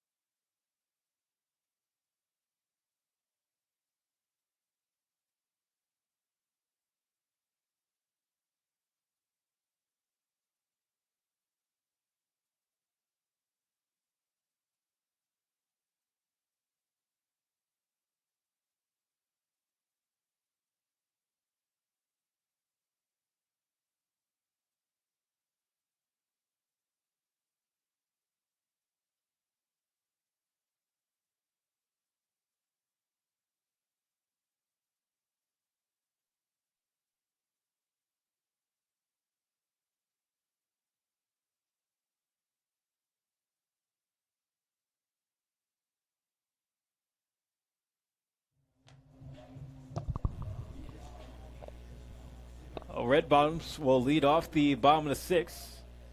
Ryder Kelly 0 for 2 on the night with a strikeout and a pop-up. The Stompers able to get the lead now by 9 with a 3-run home run hit by Michael Jones. Strike 1 into Kelly. Mike Jones, he's committed to go to San Francisco, so he's going to be playing or continuing his collegiate career here in the Bay Area after he spent his JUCO tenure at Pima Community College in Arizona. Slow roller over to short. Ayala charges it, but not able to beat the fast Ryder Kelly. Infield single goes for Red Bottoms. And it's tough to beat speed, Phillip. When you fly like Ryder Kelly does, man, I mean, you had to be beyond perfect if you were Ayala at shortstop. The second that got past Messenger, I was chalking it up as a hit.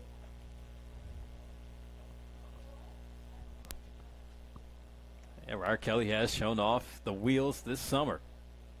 Now here's Ryan Duran. Many of the Menlo Park hitters trying to break out their offers for the night. They would love to break into this 9-run deficit.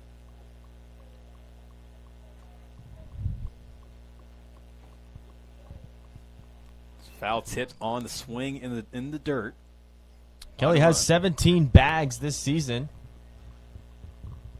You might see him try and spark some life into this Legends offense by getting a runner in scoring position. Fouled off again by Duran. Need a little something to get the pep back in the step for the Legends. I'd highlight the word something right there in that sentence, Philip. You need something. Someone take a hit by pitch. You know? Give the bat a toss. Getting on base through your legs. Ryder Kelly beating out a ground ball. Could have very easily just jogged it.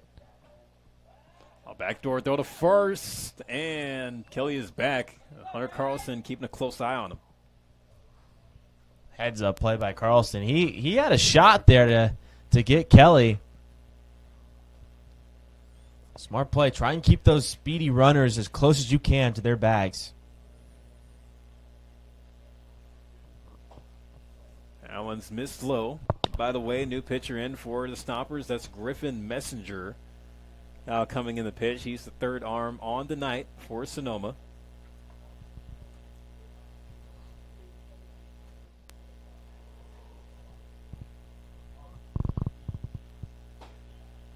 And it's ball 4 to Duran.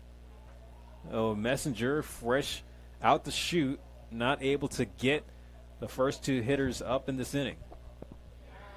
This is the best rally the Legends have seen since the second inning, where they had Altmark and Fendel at second and third with just one out. But here they have two base runners, nobody out, in the middle part of their order. These are their most dangerous hitters with Altmark and Levitt McGee.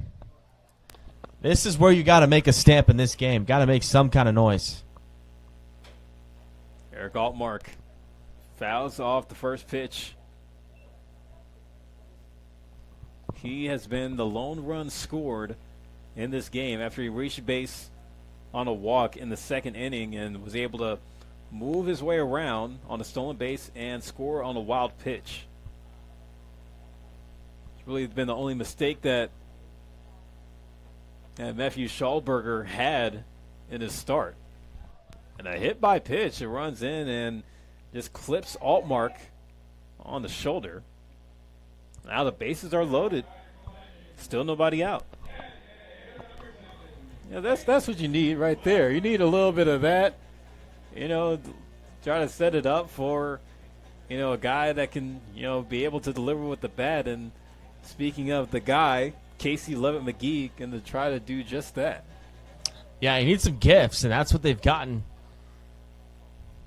A walk and a hit by pitch. Foul tip on the hard swing there by Levitt McGee.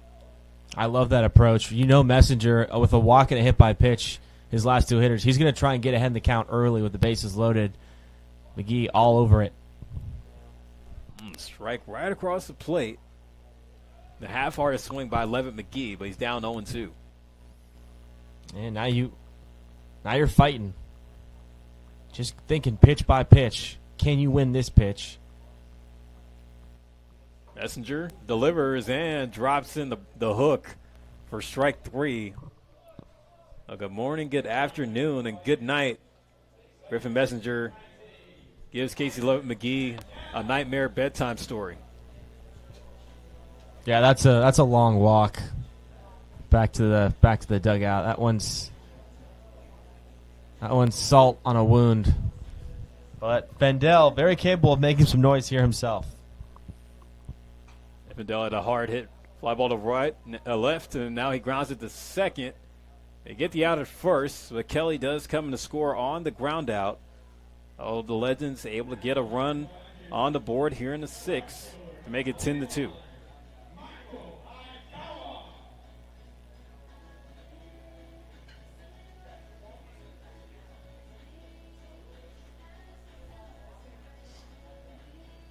Oh, runners still in scoring position. You have Duran at third and Altmark at second with Michael Akawa now up to hit. Messenger misses outside with the first pitch. And still an opportunity to do some damage here.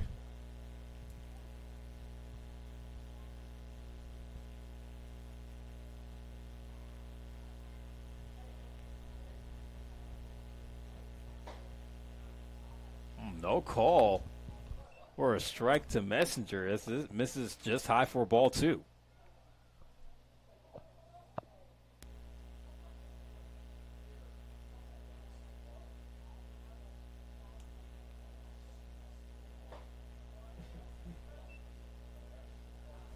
McCallum thought about it, but he'll take strike 1. Michael Ikawa, he's a D3 product of Lewis and Clark College, so he's going to be set to go back to school in the fall and play out what will be his senior season. It's another D3 guy that has passed through Menlo Park. Has come here, of course, we remember Quincy Villa, who played with us last summer and was a CCL All-Star, and he went back to Marymount in Virginia to play out his final season, where I just found out today he got the school's Man of the Year award. That's awesome. Well-deserved award. Really, really great guy. He was fun to watch. For sure. And, of course, with him now graduated and, living out his life post-graduation still, I guess, still trying to, figure things out. Try to keep up with him, see what he's doing. I think he's working to be a personal trainer right now. Oh, that's very cool. Yeah. Probably can still stick around baseball in some way. They got men's leagues there. Yeah. Here comes the payoff from Messenger, and the fly ball hit the shallow right, and it's going to fall in the triangle of Stompers, as that is going to clear the bases for the Legends. So Michael Ikawa drives in 2 on the bloop single. He can now make it a 3-run inning here in the bottom of the 6th for Menlo Park. I don't know if Michael Ikawa could have placed that ball any better than he did. I mean, once that ball landed, you had Shepler, Europero, Bass, and the right field line surrounding that ball. But a line drive in the books and a huge 2-run single by Ikawa. Now Joaquin Stewart, see if he can try to keep the inning going. He reached on an error his last time up.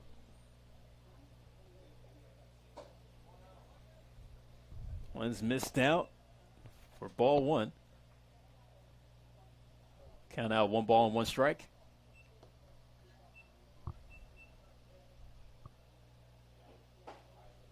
Messenger pounds the zone with the fastball that time.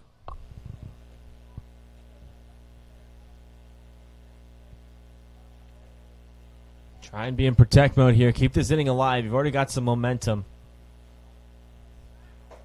Ikawa taking off for second, and the throw is way offline by Carlson. So Ikawa will get there on a stolen base, but the throw wasn't on target by Sonoma's backstop. And Carlson's been good behind the plate tonight. That one just kind of got away. Had some 2-seam run that kind of ran to the right side of the bag. Really no shot to get Ikawa. And now another man in scoring position for Stewart.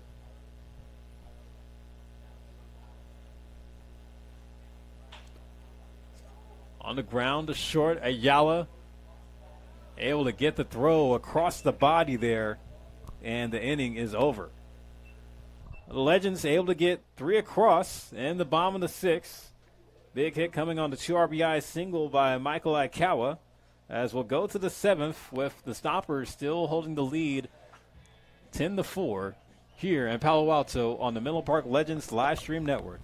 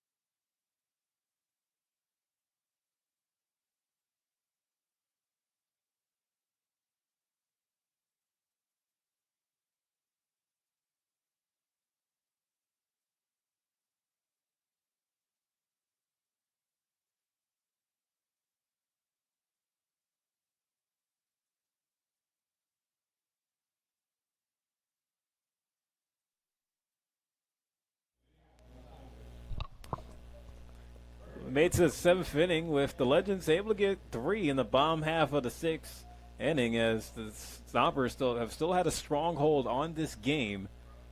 Not really shown any signs of weakness against Menlo Park in this one, as they're trying to stack up a few wins before they enter playoff mode. And Eddie McCartney back on the bump, as I'll throw the 7th and the 8th inning to my partner, Spencer Tracy. McCartney's first pitch, the 7th, is a fastball down and away to the slugging first baseman, Anthony Shepler. 0 for 2, but he has recorded a walk, and he did score. This one's fouled right back into the glove of Madrigal, and it's 1 ball and 1 strike. McCartney, 3 innings of work, allowed 4 earned runs, 3 Ks, and he's coming off a long 6th inning. There's a backdoor slider that catches the corner, strike 2. Beautiful pitch. But he did get some time to rest and kind of hit the reset button because the Legends, as you mentioned, Philip, a big 3-run inning in the 6th. Not going down without a fight. Yeah, 6 runs were totaled up in the 6th, 3 apiece by the Stompers and the Legends. There's a shot into center field. Griffin's going to have to navigate around some geese, and he makes the running catch. Nothing routine about that, but Mason Griffin makes the catch over his right shoulder. Well, you can see where Griffin had to run the route to the fly ball. Like there's a triad of geese on both sides. So you got, well, it looks like there's 4 geese to the left and 3 to the right, but it looked like they were able to part the seas. It was just for Griffin to run it down. All he could really do there is just kind of focus on tracking down the ball, because any sidestepping around the gaggle of geese would have had that ball sailing over his head. That brings up Connor Johnston, the center fielder, here in the 8th spot. That slider catches the outside corner. No balls and 1 strike. Yeah, that was like the first time we really saw the geese play a potential role in this game. I wonder if they have like conversations with the outfielders. I don't know. I don't know if Mason Griffin speaks geese at all, but yeah. It's like it's a tough language to master. I'll tell you that. Here's the 1-1 from McCartney to Johnston. Check swing. Does he hold up? Yes, he does. I don't know. Maybe Griffin's out there, giving the geese, some tutorials on how to catch fly balls. They've had a pretty good view all game. 2-1. That one down the outside corner again. Strike 2.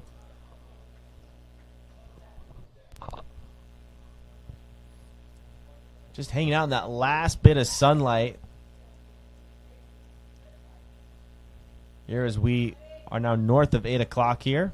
Baylands Park. The 2-2 from McCartney. This is wildly in the dirt. And the count will go to full. Bryson Ayala, the shortstop, awaits on deck in the 9th spot. It'll be the last at-bat before flipping it to the top of the order, which has been electric. McCartney's going to want to get through Johnston and Ayala and have a clean inning to face the threatening top of the lineup. The 3-2. This one's tapped out in front of home plate, but it's going to be foul. And McCartney will rub up a new baseball. Well, Johnson, 1 for 2 on the game with an RBI.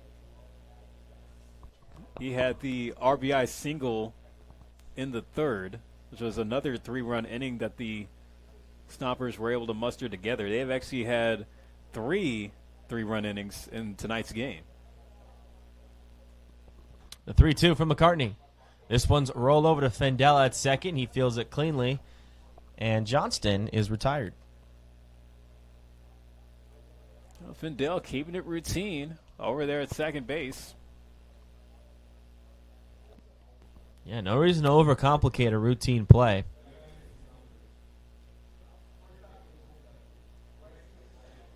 Well, to put pressure on the defense, it takes getting on base early as Bryson Ayala steps in with 2 down here in the 7th. And that's exactly what the Stompers have done in this game, Phillip. 4 of their 7 leadoff men this game have reached base. And the numbers don't lie. For the Stompers in this one, they have just been able to get things done. They're 5 for 13 with runners in scoring position. You talk about leadoff chances, they're 4 for 7. You compare that to the Legends, 2 for 6. This one is hammered into deep left center field. Way back there, protect the lights. It is gone. Bryson Ayala might have ripped some stitches off that ball when he crushed it. And the Stompers put across their 11th run of the ball game.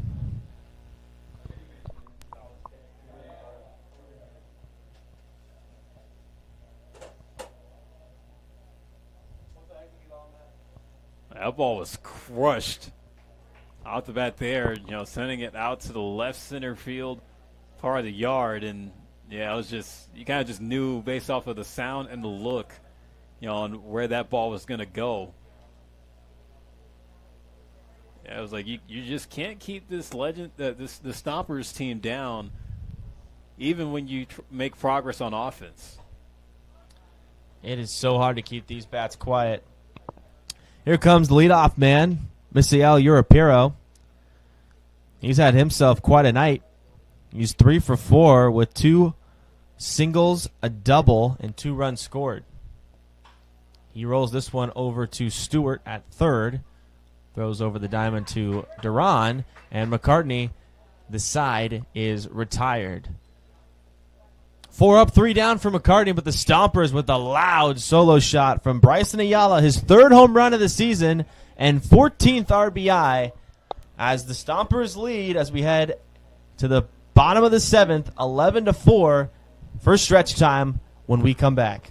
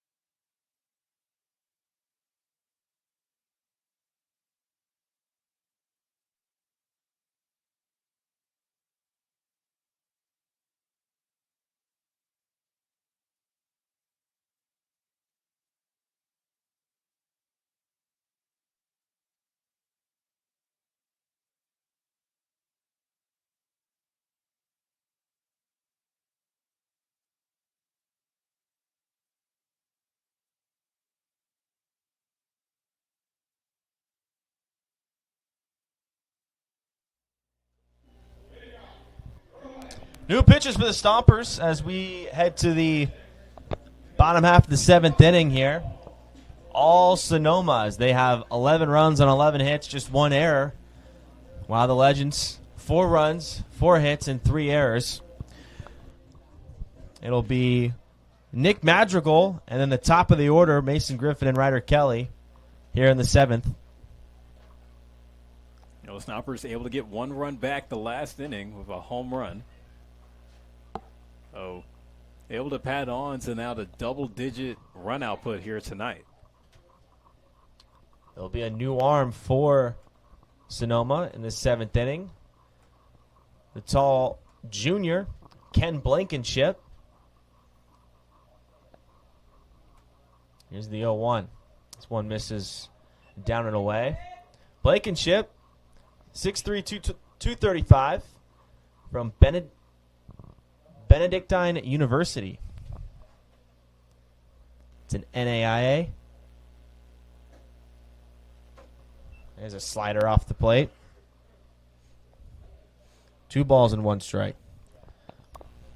And if you go back to when the Stompers came, the last time the Stompers were here at Baylands Park, it was a much different game where the Legends had much more an advantage, where they were able to put up the double-digit runs, 16-8. The Legends getting the win that night back on June 25th. Yeah, they had that very memorable 10-run inning that really just kind of ended the game, put it out of reach before we even reached the 6th inning. This is a hard ground ball rolled right up the middle. Screams past the glove of Blankenship, and Nick Madrigal has his 2nd hit of the night. And, like I say, Spencer, 95% of the time, base hit up the middle, guaranteed hit. Nick Madrigal able to add on to his totals, hitting it right back up the middle. A good place to live, unless you're a left-handed hitter before the shift was banned. Back when players would just sit right behind second base. Here's Mason Griffin, leadoff man. He swings at the first pitch and hits out the end of his bat foul. And the last time the Stompers and the Legends faced off here at Baylands Park, Ken Blankenship, he did appear in that game, going at inning and 2/3. Did get knocked around, gave up 4 runs, and facing 10 hitters. This ball misses away. Carlson keeping an eye on Madrigal.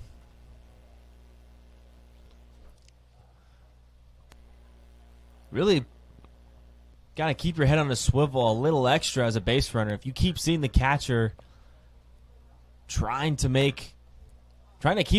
an eye on you and making throws over, always kind of put some more caution into your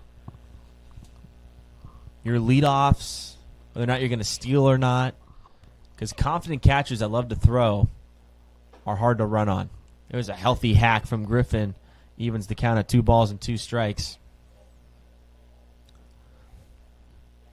And the one thing that we haven't seen a whole lot from the Legends tonight is them being aggressive on the base paths. Despite what the score may say, they haven't had too many times to test the arm of Hunter Carlson behind the plate. 2-2 is a slider, and it's skied in the infield. This is playable for Ayala. He makes the catch with ease. Yeah, it's for a team that's identity early in the season was stealing. I mean, this team they've had so many games where they've had multiple players record a couple steals or at least a steal. Here's a guy who's done it more than anyone in a Legends jersey this summer with 17 bags, Ryder Kelly.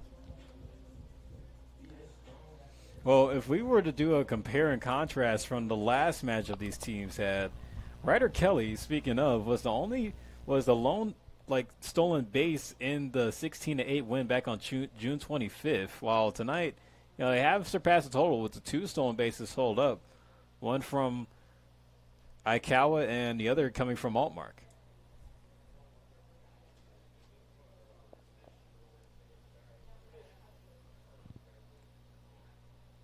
Ryder Kelly had that infield single his last time up in the 6th.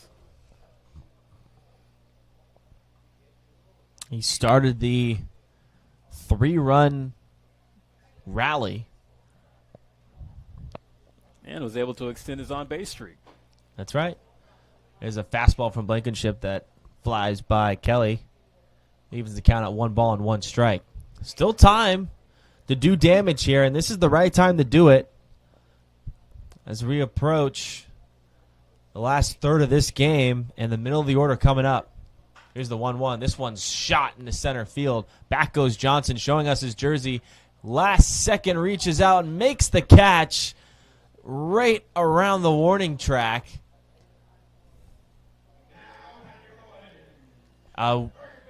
Squared up baseball by Ryder Kelly, but right at a Sonoma defender for the second out. Oh, he hit it good, but just hit it to the wrong part of the yard there. You know, it was a good play there by Connor Johnson to stick with the fly ball as it was tracing him back close to the 385 sign. Yeah, I think one of the hardest hit balls that we have seen by Kelly in this one. It's been some hard hit outs despite a quiet Legends offense tonight. Blankenship misses with a slider away. 1 ball and no strikes to Duran. Duran 0 for 2 with a walk, but also scored.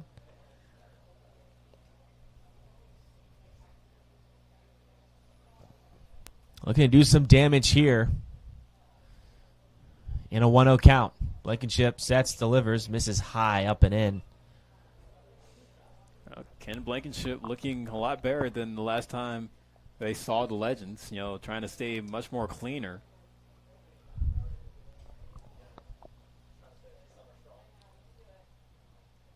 Deep breath from Blankenship. Delivers on the 2-0. This one is skied a mile high into shallow center field. Coming in is Johnson. He makes a last-second catch, almost going to a knee. Europero went all the way out there and looked like he was going to make an effort to catch that over his shoulder, but in the last second, sidesteps and clears a path for Johnson to come in and make the catch. Despite the leadoff hit from Madrigal, it's a scoreless inning for the Legends as we will head to the top of the 8th inning. It'll be the top of the order, or it'll be Sebastiani, Carlson, and Vassell when we come back here on the Menlo Park Legends live stream network.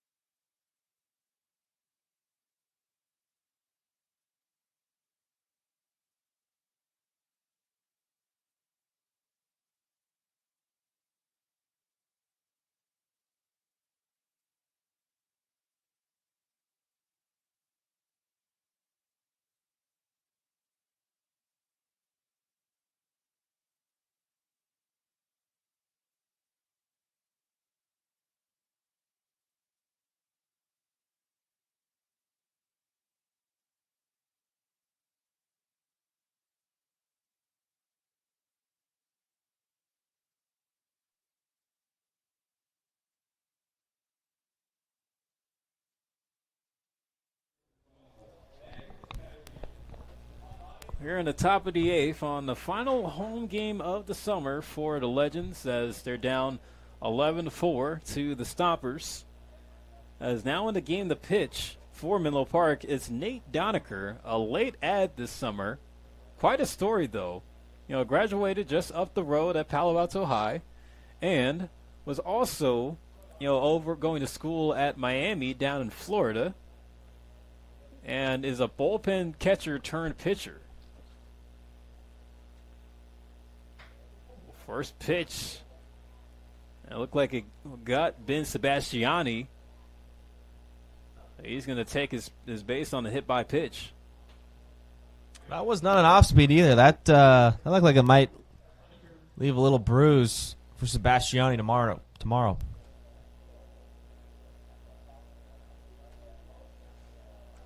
Based on the information that we're able to find on young Nate Doniker, he's going into his sophomore year at Miami. You go back to his high school tenure at Palo Alto High. Some pretty good numbers. Career-wise, he had a 2.65 ERA on the mound, 9 wins, 87 and a third innings pitched with 72 Ks. Not too shabby of a high school career.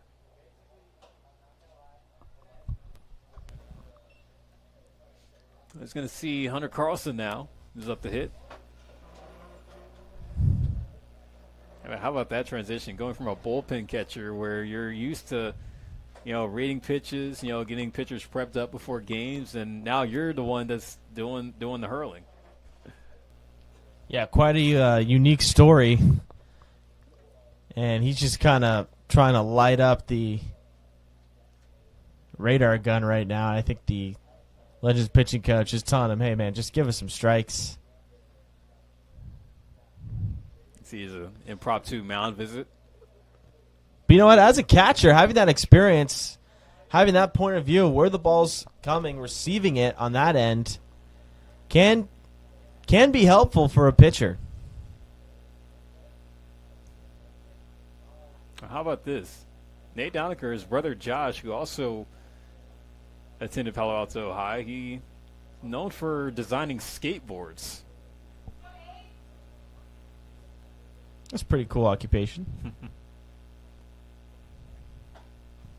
2-0 missed outside, ball 3. The Carlson, who has been having a solid night at the plate for Sonoma, 2 for 3.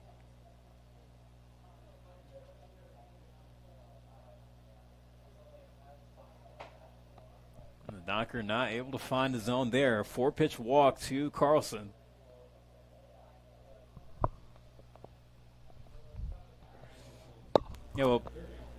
We weren't able to see Doniker be listed on the Miami Hurricanes baseball roster. Of course, for most bullpen catchers, they're not really, listed on like the actual team roster, maybe somewhere in the staff roster. But again, for what we're able to find, it may just be a student that has some involvement with a storied baseball program for sure. The Hurricanes having some good things going. Oh, they've always had good things going down in Coral Gables. But even just say that you're a member of a program like theirs, that's quite a flex. Yeah, that definitely adds some credibility to your playing career if you're saying you're playing for the Miami Hurricanes. Tina Vassell, count up 1-1. That pitch missed high and upstairs.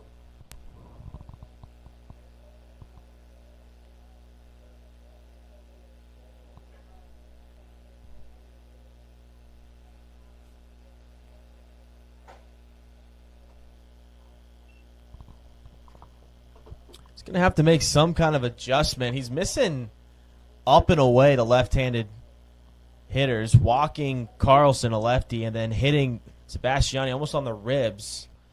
So he's going to try. He's going to have to come inside, almost overcorrect here. Swing and miss there on the pitch. Goes to 3-2.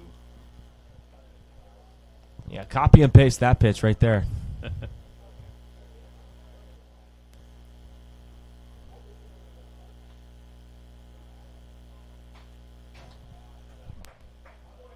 Fights that one off. Pretty close.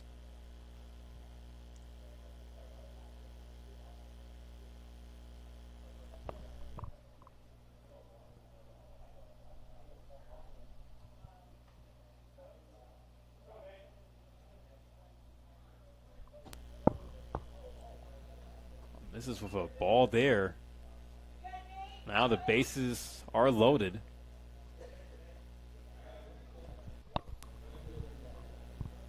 He's got a little bit more of a feel for the strike zone now. You can kind of feel it. You kind of saw it towards the end of that at bat. A couple closer misses.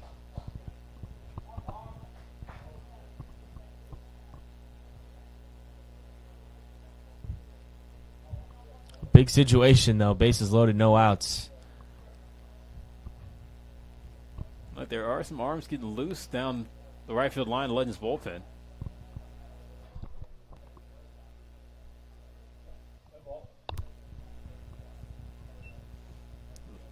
One and 0 now for Michael Jones. 2 for 4 of 4. Well, 5 runs recorded. Bouncer to Kelly. They get 1 at second, and that is all they will get. As Mike Jones will get another RBI added on the fielder's choice to now make it a 12-4 game. Talk about a memorable night for Mike Jones. A 6 RBI night. What a performance. Donaker would love another one of those. Another ground ball for a chance to get a double play. 1 pitch away.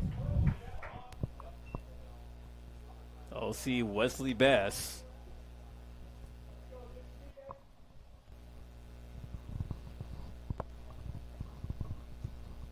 Be tough to double up Bass. He can run. 13 stolen bases this season. That one's bounced past Findell in the right field as it will go for an RBI single for Bass. So another one gets tacked on for Sonoma. Now 13-4.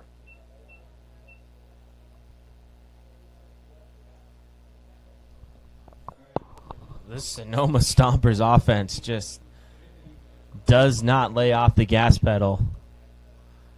I mean, how fun is it going to be to see what this team accomplishes in the postseason? Yeah, they're going to be a force to be reckoned with, and I'm sure they're going to be hungry and trying to make it past that first-round game for sure. Scheffler fouls out the first pitch, and I think even, for a team like San Luis Obispo, who have the most wins across the California Collegiate League, they're the ones that, I'm sure some teams in SoCal might need to look out for. But, not like we're playing favorites or anything for the CCL North, but, there are, I think this year for the title race, it's going to be a toss-up for who can win it. It might be it should be a pretty fair race. No one really stands out. A lot of just top-tier teams, really, and they're all going to be pushing for the title.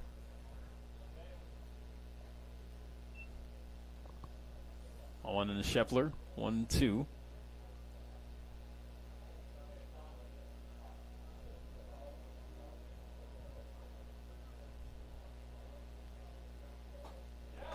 Swung on and missed. Donaker bounces back with the strikeout, and there's 2 gone.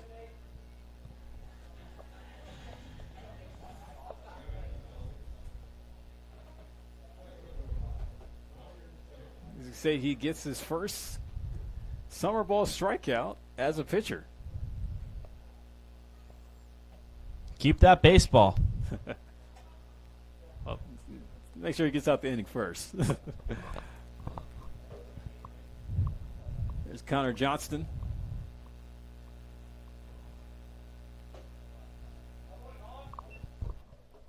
Owen's missed for a ball.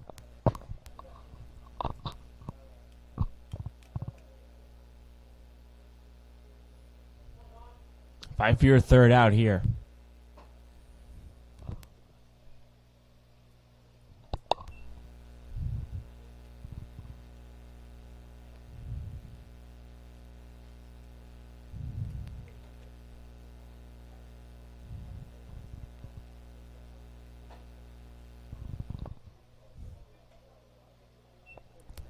The Rio.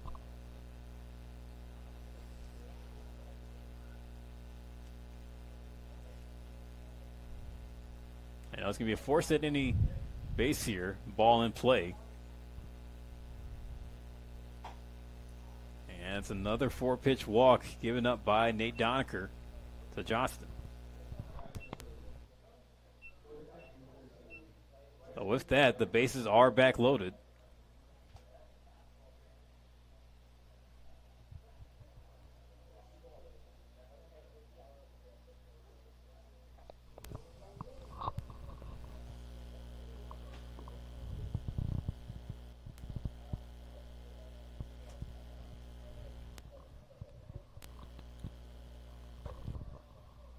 This runs inside and it goes to the backstop. Madrigal has to chase it down as a run will come in to score.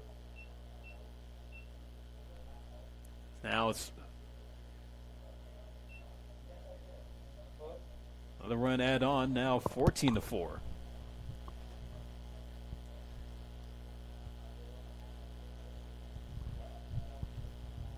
You know, it's not a clear view in the Legends bullpen, but it may be Paul Wagner getting hot right now.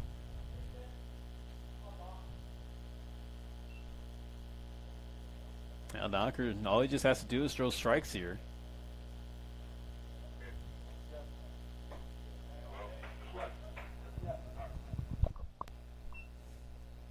Oh, 2-1 now.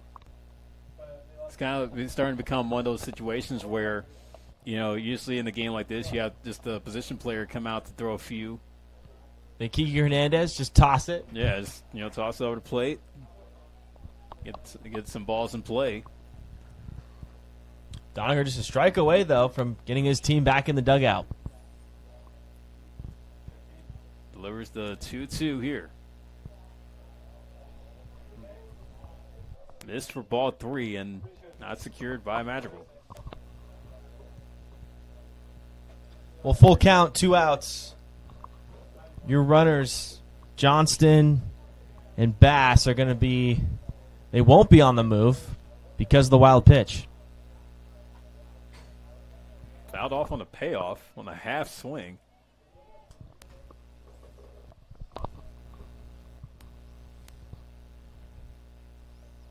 Just got a fight off pitch. Get something you can drive if you're Ayala. The 3-2. Missed away, and it's going to be ball 4. So yeah, the bases were actually open. So now will be a bases loaded spot here. With Misael Europero up to hit now.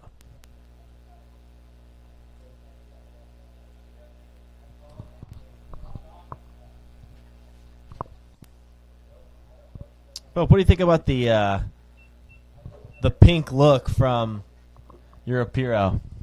It's interesting. Unlike the all neon look that we've seen from Jose Caballero on the Yankees. That's right. I think that's I was talking about that earlier. I think it's a little tacky. Yeah, some guys rock it, right? You got Adames, always wears his purple glove, purple sleeve. He's never played for the Rockies.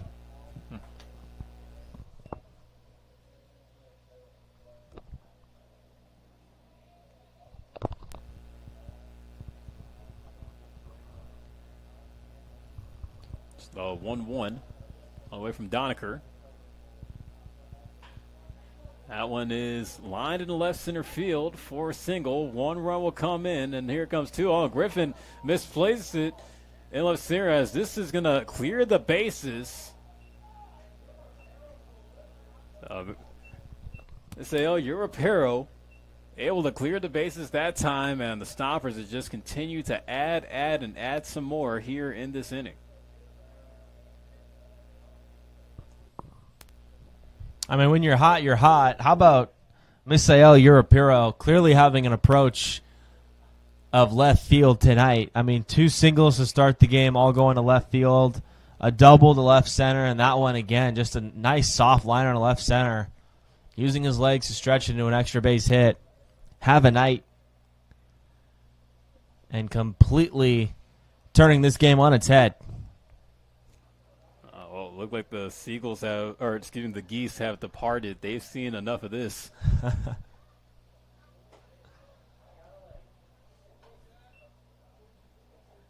So it'll be Ben Sebastiani.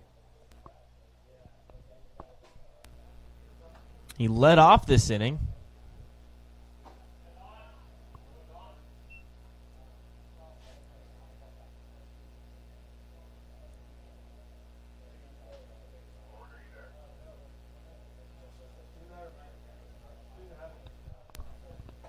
One miss low for ball 2.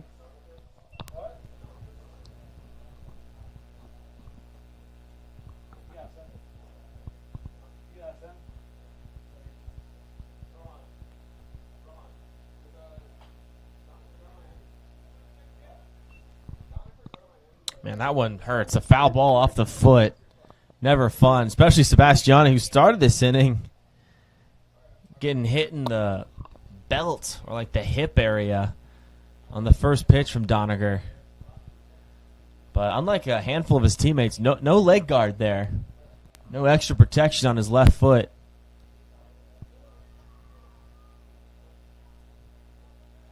Rightfully so, the home plate umpire and Madrigal give Sebastiani a minute to kind of collect himself.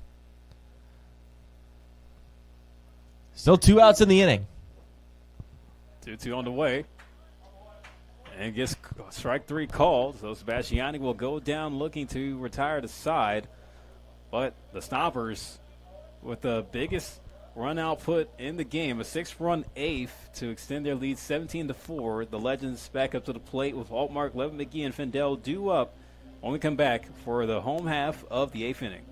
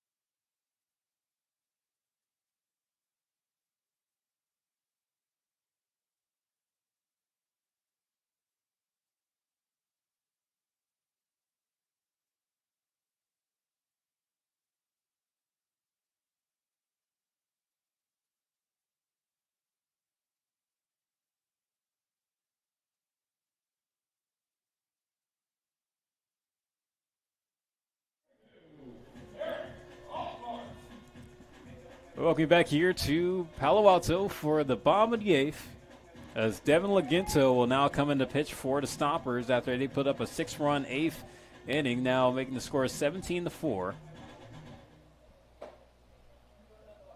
Eric Altmark take ball 1. Yeah, but looking ahead for the Stompers, they're going to have a strong finish to the season. 7-3. Coming into tonight in their last 10. And, they have a tall task against the San Luis Obispo Blues as where it stands now as far as where they're positioned when it comes to the CCL wildcard round. And it's win or go home, one game.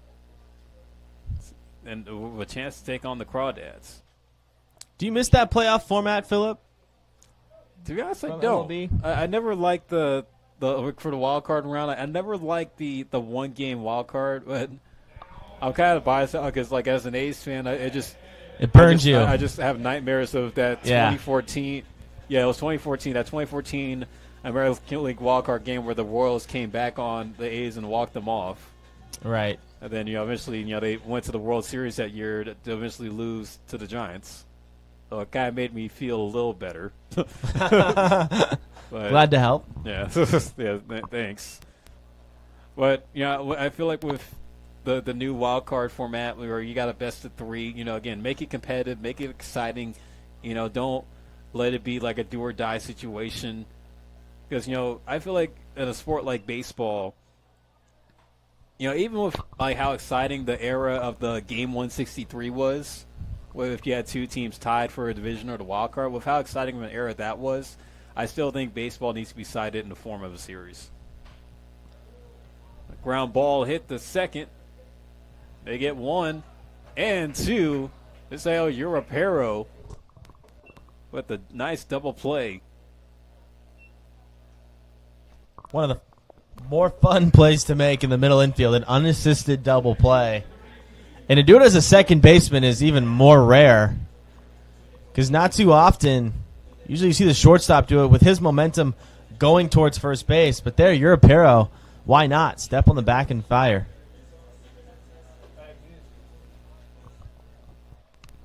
Strike 1 into Isaac Findell.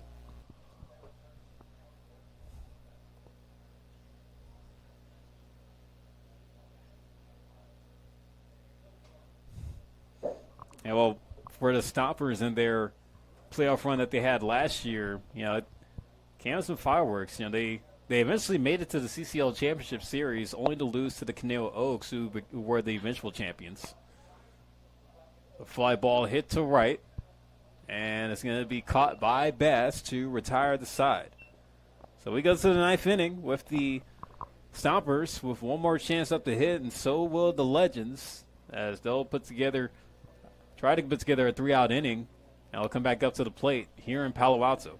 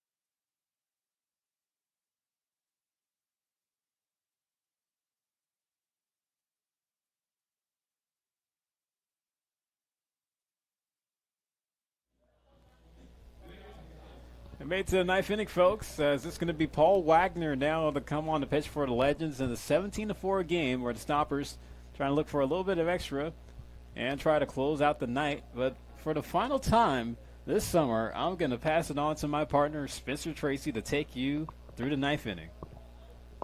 The pleasure is mine here as Paul Wagner rubs up a baseball to face the catcher, Hunter Carlson, who after flying out in his first at-bat is yet to be retired with 2 walks and 2 singles.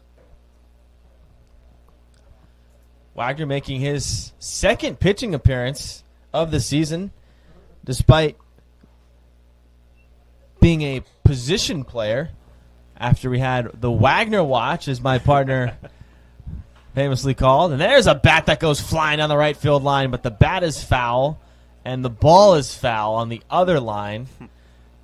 But Paul Wagner, yeah, he completed his, it was a couple weeks ago on a Wednesday, and Paul Wagner had the accomplishment of being the first Legends player in team history to play all 9 positions in a game.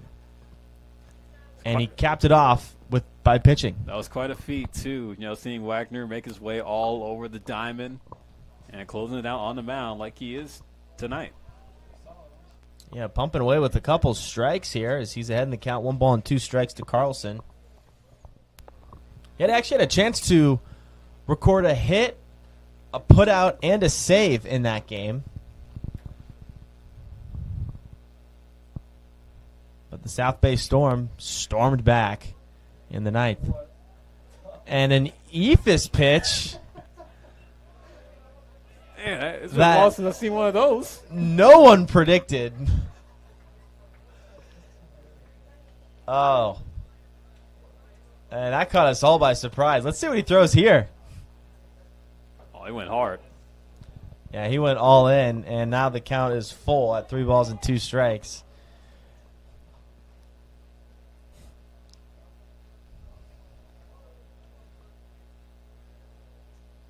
Got to be one of the first times Carlson's seen an Ephus.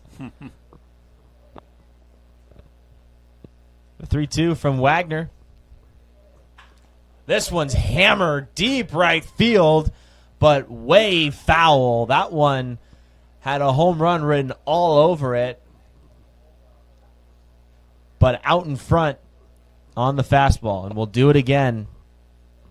And for a guy that's gone 2 for 3 on the night, I think he prefers seeing some hard stuff instead of the slow stuff. Yeah. 3-2. Fouled back.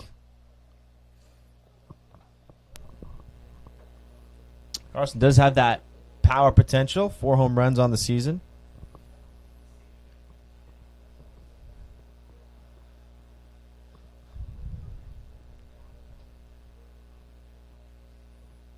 (3-2) from Wagner. This one's lined in the shallow left field. That one's going to find some grass for a hit. And Hunter Carlson has a leadoff single here in the top of the 9th inning. 3-hit game for Sonoma's catcher. And, man, you love to have a guy on your team that can do that, a catcher that can hit for a high average, showcase a little bit of power here and there. And Hunter Carlson has been that guy. Such a valuable position, and one that all organizations strive to have that position taken care of. And Hunter Carlson been terrific behind the plate defensively and in the box. Here's Tino Vassell. Here's a slider that runs inside and will scoot away for a wild pitch. And Hunter Carlson will jog into second base. Vassell, his 6th at-bat of the game. He's walked twice, scored twice, and he has recorded a hit on an RBI. That was back in the 1st inning.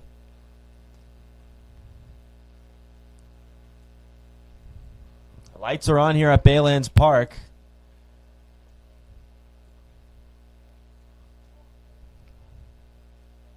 Wagner comes set and delivers.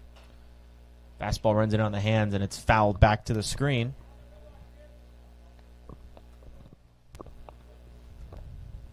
At this point, all you want from Paul Wagner is some strikes.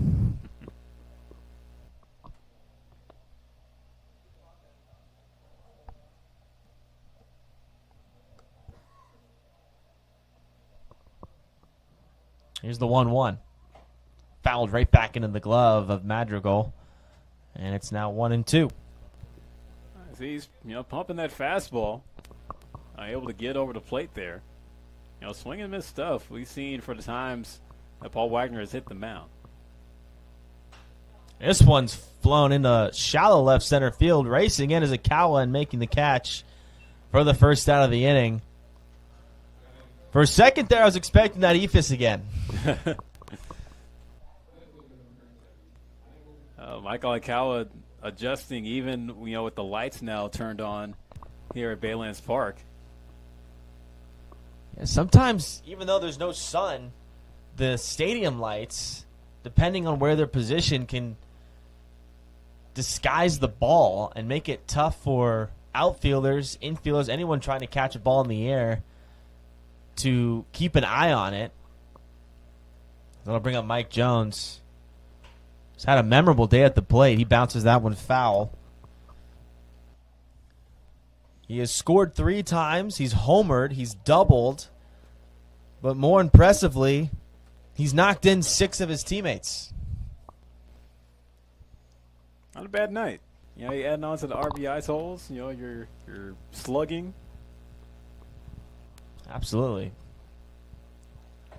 Slider off the plate.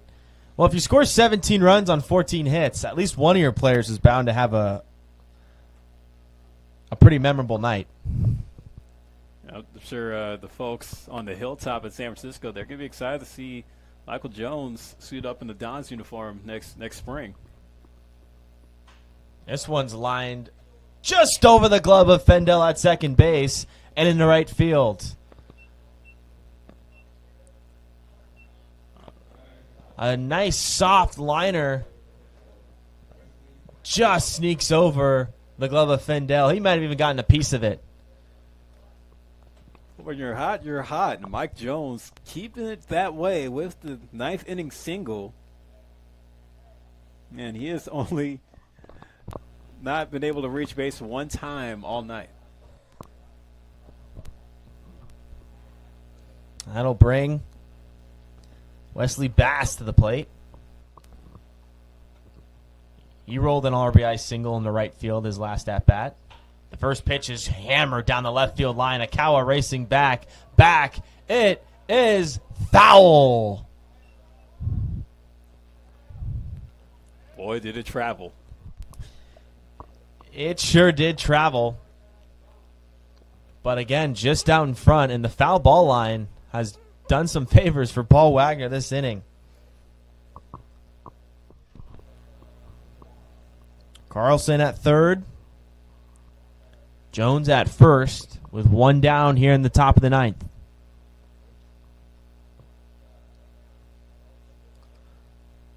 Wagner searching for a ground ball. Get out of this inning. Fastball misses high. Evens the count at 1.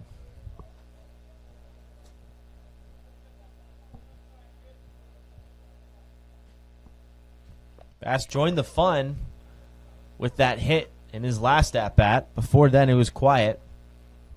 Looking to do some more damage here. Slider down and away. Good block by Madrigal, keeping Carlson and Jones at their given bases.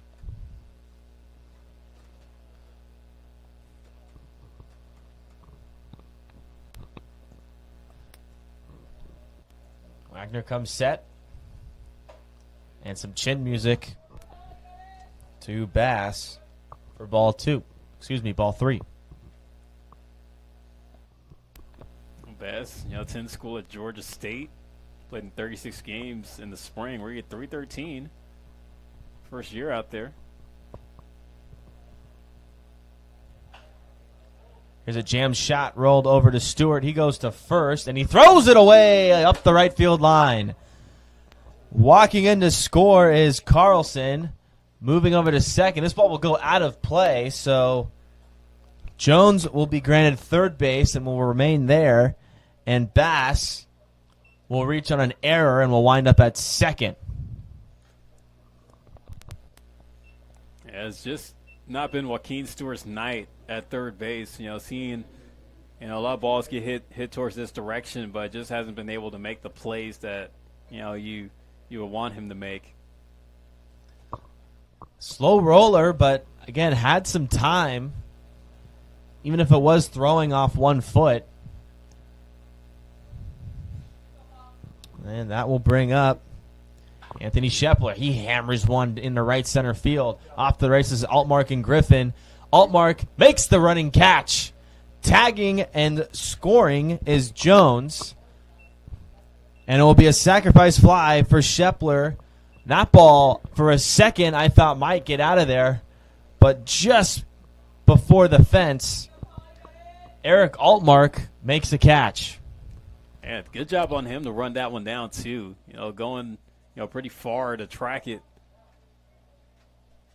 And, for us to see Ikawa and Altmark play the outfield tonight, we've seen improvement as the game has gone on with them, trying to hang with those fly balls. Comfortability definitely plays a role, and for these fielders who are playing a little out of position. Great point there. This one's fouled back to the screen by Connor Johnston. But yeah, as you mentioned, Philip, Altmark has been pretty solid in right field today. Even when balls land in the outfield around his given position, he's handled it well. He's gotten the ball back in. Nice running grab there.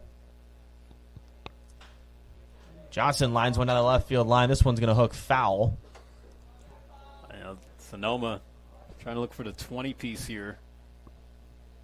And now able to get 19 runs up on that sac fly by Bass. Or excuse me, by Shepler.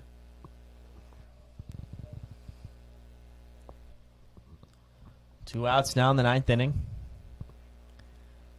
Here's the pitch from Wagner. Breaking ball inside. Just misses the inside corner.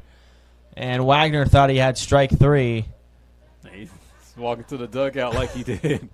Sometimes, if you show you're confident the pitch is a strike, you might get that nod. Or you might rub the umpire the wrong way. This payoff pitch is fouled back, and Johnson will see another.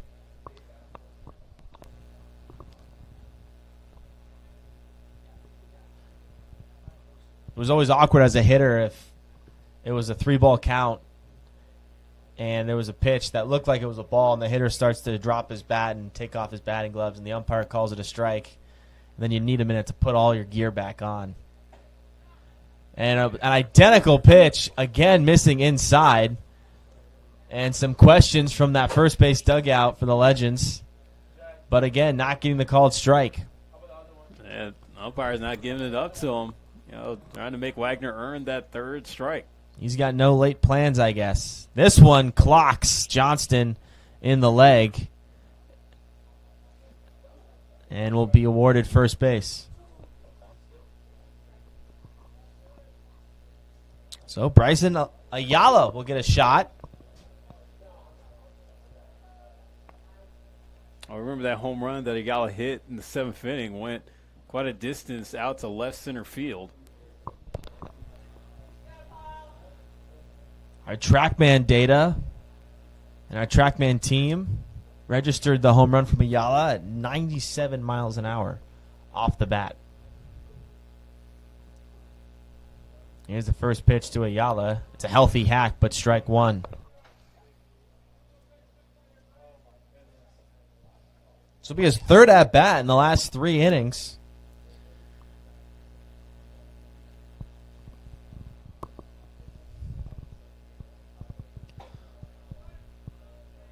And there's strike two at the letters on a fastball from Wagner.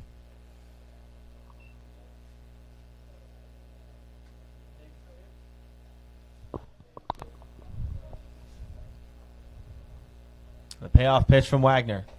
Breaking ball off the plate. I might want to move a little bit more to the side of the rubber. Like one thing you learn as a pitcher, you may want to step on the far end, middle, or the outer end. Can definitely help. This one's tapped over to third. It'll be foul. Definitely can help with location. If you're missing on one side of the plate, adjusting yourself from where you're throwing on the rubber can help correct that. Yeah. I know when I pitched, that was the one thing that I would do from time to time. If I felt my release point was off, maybe it was just where my positioning was on the mound. I was the guy that kind of liked to stand a little bit off center whenever I pitch, usually from the windup. Then when I would go into the stretch, it would be in the middle. Wagner the pitch. This one skied foul right behind us. Keeping the at-bat alive. Bass remains at second. And Johnson at first. 2 outs, 19-4 here in the ninth inning. Breaking ball tapped right back at Wagner. And he'll toss it over to Duran. And the half inning is over. We'll head to the bottom of the ninth inning for the Legends. It'll be Akawa, Stewart, and Madrigal when we come back. It's Spencer Tracy on the call with my partner, Philip Hall, on the Menlo Park Legends live stream network.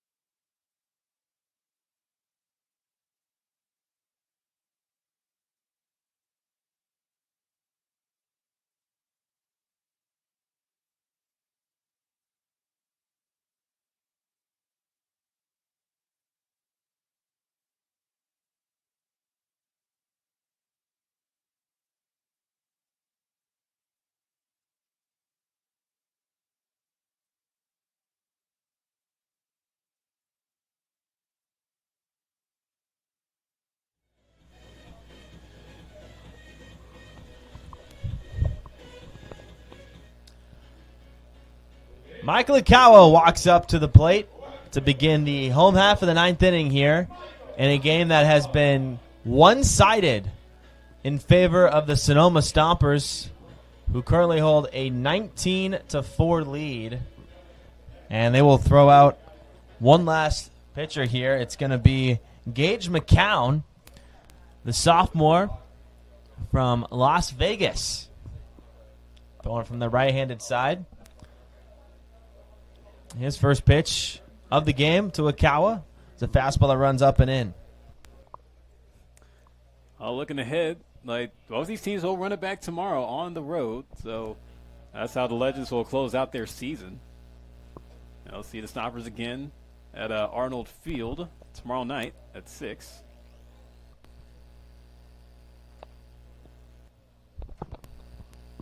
Hopefully the result for them is going to be a different. Yeah. Reds it tonight. Like you mentioned when we were talking about the wild card, is the one game, not always the better team wins that game in a wild card game. So it's the beauty of baseball. Every day is different. Yeah, the remaining games on the summer. We have the Stompers on the road tomorrow, the Seagulls and San Bruno on Saturday, and then they'll close it out with the Crawdads, the first place Crawdads on Sunday.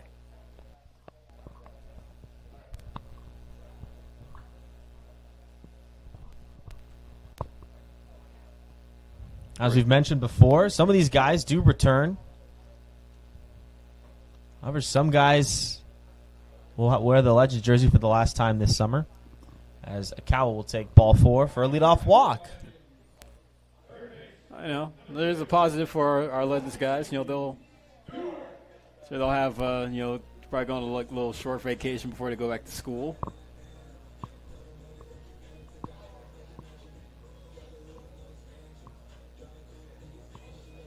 Try it a couple weeks from now. It'll be a back to school week as Joaquin Stewart steps into the box.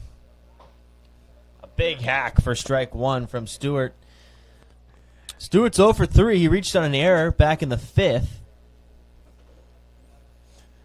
And back to school.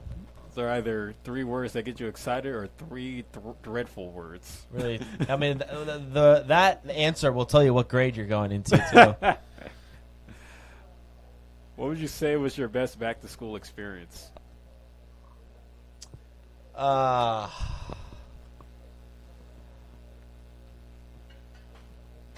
I would probably say, I don't know, maybe sometime in like 5th grade or 6th grade, where you get your homeroom class that you like. You know, I would have been like my 2nd or 3rd year at that school, so kind of got comfortable with, you know, the kids I was hanging out with. You know, found my group, so get excited about middle school, you know, basketball or flag football. Did you have one?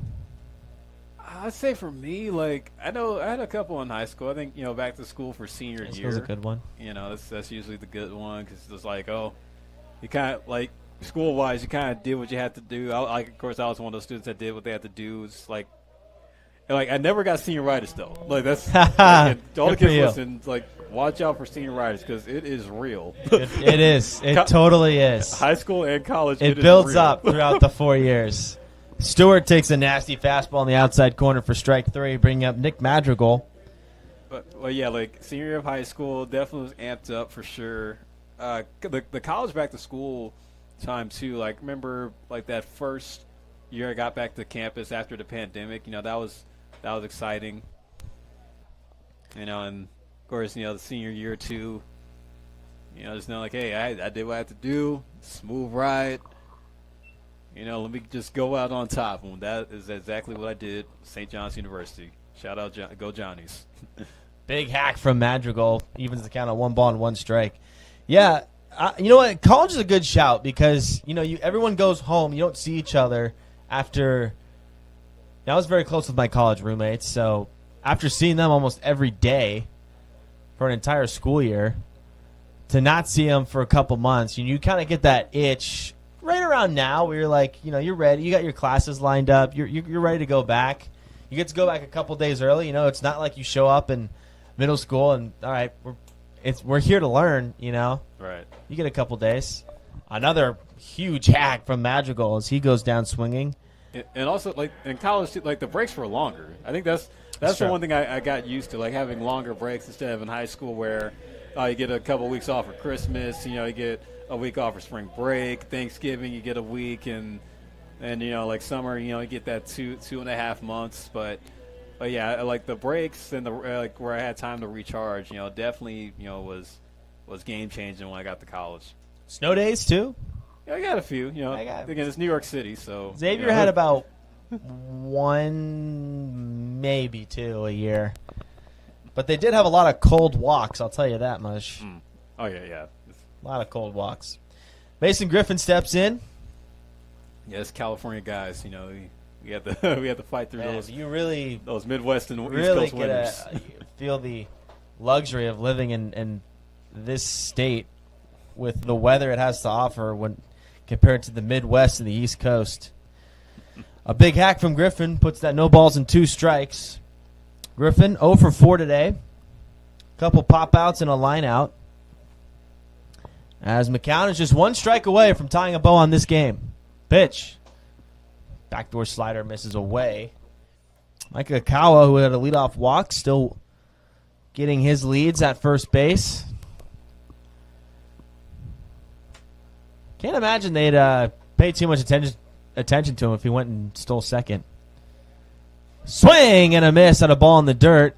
And that will end this ball game. The Sonoma Stompers come stomping over to Palo Alto and put an exclamation point on this one, taking down the Menlo Park Legends in their last game here in the 2026 season at Baylands Park with a whopping 19-4 victory as they celebrate on the field. Well, Spencer, it's fair to say that the Stompers put the stomp in the stomper tonight with the score. You know, just so much offense all across that Sonoma was able to pile up for their pitching staff. And, you know, you had 4 guys in the lineup with multi-hit games. You know, Hunter Carlson, 3 for 4. Misael Europero, 3 for 6 with 3 RBIs. Michael Jones, who provided a home run going 3 for 6 with 4 RBIs in total. And Bryson Ayala, who also homered, like going 2 for 6 with 2 RBIs. So the offense was really the big story in this one, and it just goes to show why the Stompers are going to be one of those teams hungry to make a deep run in the postseason for the California Collegiate League. But, for the Legends, for them to come here tonight, close out the home schedule, wasn't the result that they were looking for, but you got to, think positive with what they were able to do on the home schedule. 6 and here we go again with the 6-7 reference. They closed out the summer with a home schedule of 6 and 7. Like dropping this game tonight, but there were some bright spots. We had our moments here at Baylands Park. Yeah, absolutely. Well, first with the Stompers, I mean, it's really hard to beat teams that can beat you in many ways, and they did it with their bats, they did it with their pitching, they did it flashing the leather with their defense as well. So really, hats off to them. They're a tremendous team. They really earned, then they proved why they earned their playoff ticket tonight, and it's going to be really cool to see what kind of run they make and how they compete with the other very talented teams in this league. But on the half of the Legends, yeah, sour taste in the mouth to leave. This isn't the end of the season. There's obviously, we talked about, there's still a couple games on the road towards the end of this week. But, yeah, I think a lot of guys came in here and had a really slow start to the year, right? Losing six of the first 7 games of the year. And the offense was quiet. The defense was sloppy. The pitching really wasn't consistent at all, but they really found a groove throughout a couple times, and that just showed they really just came together at times, and it's really tough to do in leagues like this where you have guys playing, from at different levels, JUCO, NAIA. You got guys playing in SoCal, up north in Portland. You got guys playing across the country, internationally. And it's really tough to create a bond when it's only going to last about a month and a half, 2 months. Yeah, and I really credit these guys for coming together at times this season. And a lot of these guys are walking away this summer with some really impressive seasons, some really good tape that they can show coaches. Yeah, and you bring up a good point there, Spencer, because bigger picture, these guys, they came out here wherever they came from. They came out here for reps. Of course, we always do our homework about the team before the season starts, and we see, where they come from, how many at-bats did they get with their school team, and, for them, that's really the big takeaway. Don't focus so much on the record, focus more on where you improved in your game, where, going back to school where it's going to matter more, just knowing the camaraderie that you have with the guys that you go to class with, that you have the early morning workouts with, that you dorm with, and you could go back to school telling a great story like, hey, I had a good time playing ball here in California, and I learned a lot from Nick Sanzeri, and of course it was a great experience being in a competitive league, because let's remember, the California Collegiate League is one of the best collegiate summer leagues in the nation, and that has produced talent for many years,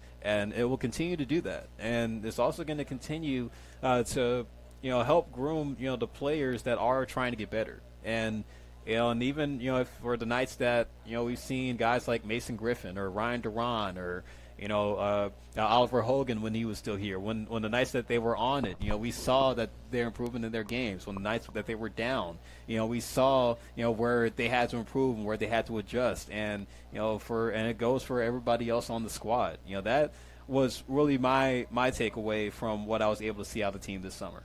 Yeah, very true. I mean, I think Sanzeri would have challenged all of his players, and if you were smart, you probably came in with a goal in mind. Whether that was working on a third or fourth pitch. Did you want to get better at running the bases, swiping bags? Some guys came in as guys who were making that transition from high school to college, which can be a slippery slope, right? Very tough. It's very different going from your junior to your senior year, right? You're still staying in the same league, whereas making that jump from high school to college, we see guys from making the jump from college to pro ball, very difficult, right? Same thing. So this is a great opportunity to get in front of some college arms, and some guys here are going into their 4th season. Yeah, hey, Ryder Kelly, perfect example. Great of example. That. Like guy just fresh out of high school, going to get his, fair share of seeing some college arms when he goes off to UC Davis. But, hey, he got a preview this summer or here at home, just going to school down the road and, being able to play close to home at that. Unlike some guys from, other parts of the country where they got to go all the way out of state to get that first a hand of summer ball and see what the grind is really like before they head off to their schools. But, Ryder Kelly, he was really a standout. I liked what I saw from him, especially being a high school guy, playing with, some seasoned JUCO and 4-year guys. But, you could really, see the potential in a player like him. Same goes for guys like Kai Manick, who was really a star, on the mound. For him, being a JUCO guy, still trying to look for that 4-year home, it's great to see him go up against guys that, he maybe seeing down the road pretty soon, just knowing, hey, they're at some top mid-majors, they're at some power fours, and, for a JUCO guy to dominate for the nights that he was able to against, some of the big names in that landscape of college baseball, that's where summer ball also shines too.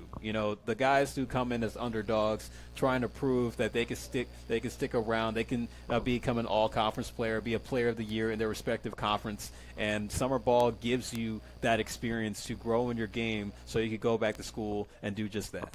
And it goes a long ways, right? All these coaches that you play against, that you have on your team, these coaches have been Nick Sanzeri. He's coached a couple collegiate teams. He coaches college players at the college level, the high school level. Coaches talk to each other, and I guarantee you, if someone gave Sanzeri a call about Kai Manick, about Ryder Kelly, Casey Levitt-McGee, Casey Levitt-McGee, Oliver Hogan, Ryan Drawn, all these guys, Eric Altmark, hey. What were your thoughts when he played with you? I know he played with you in the California. Boom. Here's what I liked. Here's the kind of player he is. Here's the kind of person he is. That matters a lot to these coaches as well because you're forming a team. You need team chemistry. So all that goes a long way, and it goes beyond the record. It goes beyond the stats. How did this guy show up for when he was challenged to complete a season schedule that was something completely new to him? Very different than the high school and college level, how often these guys play a week. So all that goes a long ways with these coaches and how these players handle themselves throughout the season. And I'm sure a lot of these guys are going to get a bunch of check marks from Sanzeri. Oh, absolutely. I mean, he's a great teacher for sure in many different ways. Like Nick Sanzeri, we know he's a good egg, and he always wants the best for his players. So, for the guys to get a chance to play under him this summer, it gives them a learning experience. He's a great guy, and they'll go back to school saying, "Hey, I learned something this summer about my game, and I'm gonna bring it to help the team win. Represent the school in the best way." Absolutely, and I'm one of those guys right now because Philip, to get this opportunity to call games with you alongside you this entire summer, if you were with us from the start, it was. The first game was my opening day in the booth and broadcasting. It was a total new opportunity for me, and when Philip came with me with the opportunity, I had to throw my resume in there. I had to talk to him about it, and I'm so happy I did. It was a super fun summer, and I got to have these experiences that I never thought I would have had. And Philip, I thank you for you taking me under your wing and teaching me the ropes about how to prep, how to call games, and it has been such a cool summer. And I thank you for the listeners for tuning in and giving us feedback on our broadcast as well, so we can be better each and every game, each and every season. And so I thank you and I thank Philip for the opportunity. Yeah, well, first off, Spencer, definitely appreciate that. You're like, I thank you, for taking the shot. When you came to me, wanting to do it, us having those conversations, and what the expectations were, because I treat this like art. This is like broadcasting is all. I'm sure. Like now with you being accustomed to the trade now, and that you want to make this your life's work, just like how I want to make this my life's work. But, I got to say, on your first go this summer, you knocked it out the park, man. And, I just think with, where you were, like opening day when we did our first game, and then how you closed it out now, here tonight. Like I just saw, it's game by game, like where you were improving. Like, you were, just continuing to stick to the grind. Even like the times when I was away, when you were on your solo calls, I still tuned in and checked you out just to see how things were going. And, you were solid, just 5 stars across. Like again, for somebody doing it for the very first time, like so green to the profession, you impressed me, and I'm sure you impressed everybody that tuned in to hear us this summer. And yeah, again, it's no, we're not perfect, so we're gonna we messed, we know where we messed up sometimes this summer, but again, this broadcasting, it's a funny job, but it's at the same time it's also a rewarding job, just like how it is with the players trying to get that next good at bat, that next good inning. So for us broadcasters, we also take time to learn. When we take time to continue to grow within our specialty. But Spencer, overall, thank you, man, for being my partner. Thank you for holding it down for the times that I was out of state, working, doing other assignments. But overall, man, this has been a blessing to have you in the booth here. God bless you for where you're trying to take this now, since you found the love now. I've seen it. But yeah, man, that's all I gotta say. I appreciate that means a lot to me. Thank you so much, Philip. It was a blast. Yeah, man. Well, I guess how you want to close it? You want to do the honors, or want me to take care of it? That's going to do it here at Baylands Ballpark on the Menlo Park Legends live stream network. It has been an absolute honor to call these games all summer for you, for whoever you were rooting for, for whatever reason you were tuning in. We appreciate you, and we may or may not see you next summer, but it has been a blast, as we've mentioned. And for the final time on the Menlo Park Legends live stream network, that'll do it. It's Spencer Tracy and my partner, Philip Hall, on the call in the CCL. Good night. God bless everybody. Take care.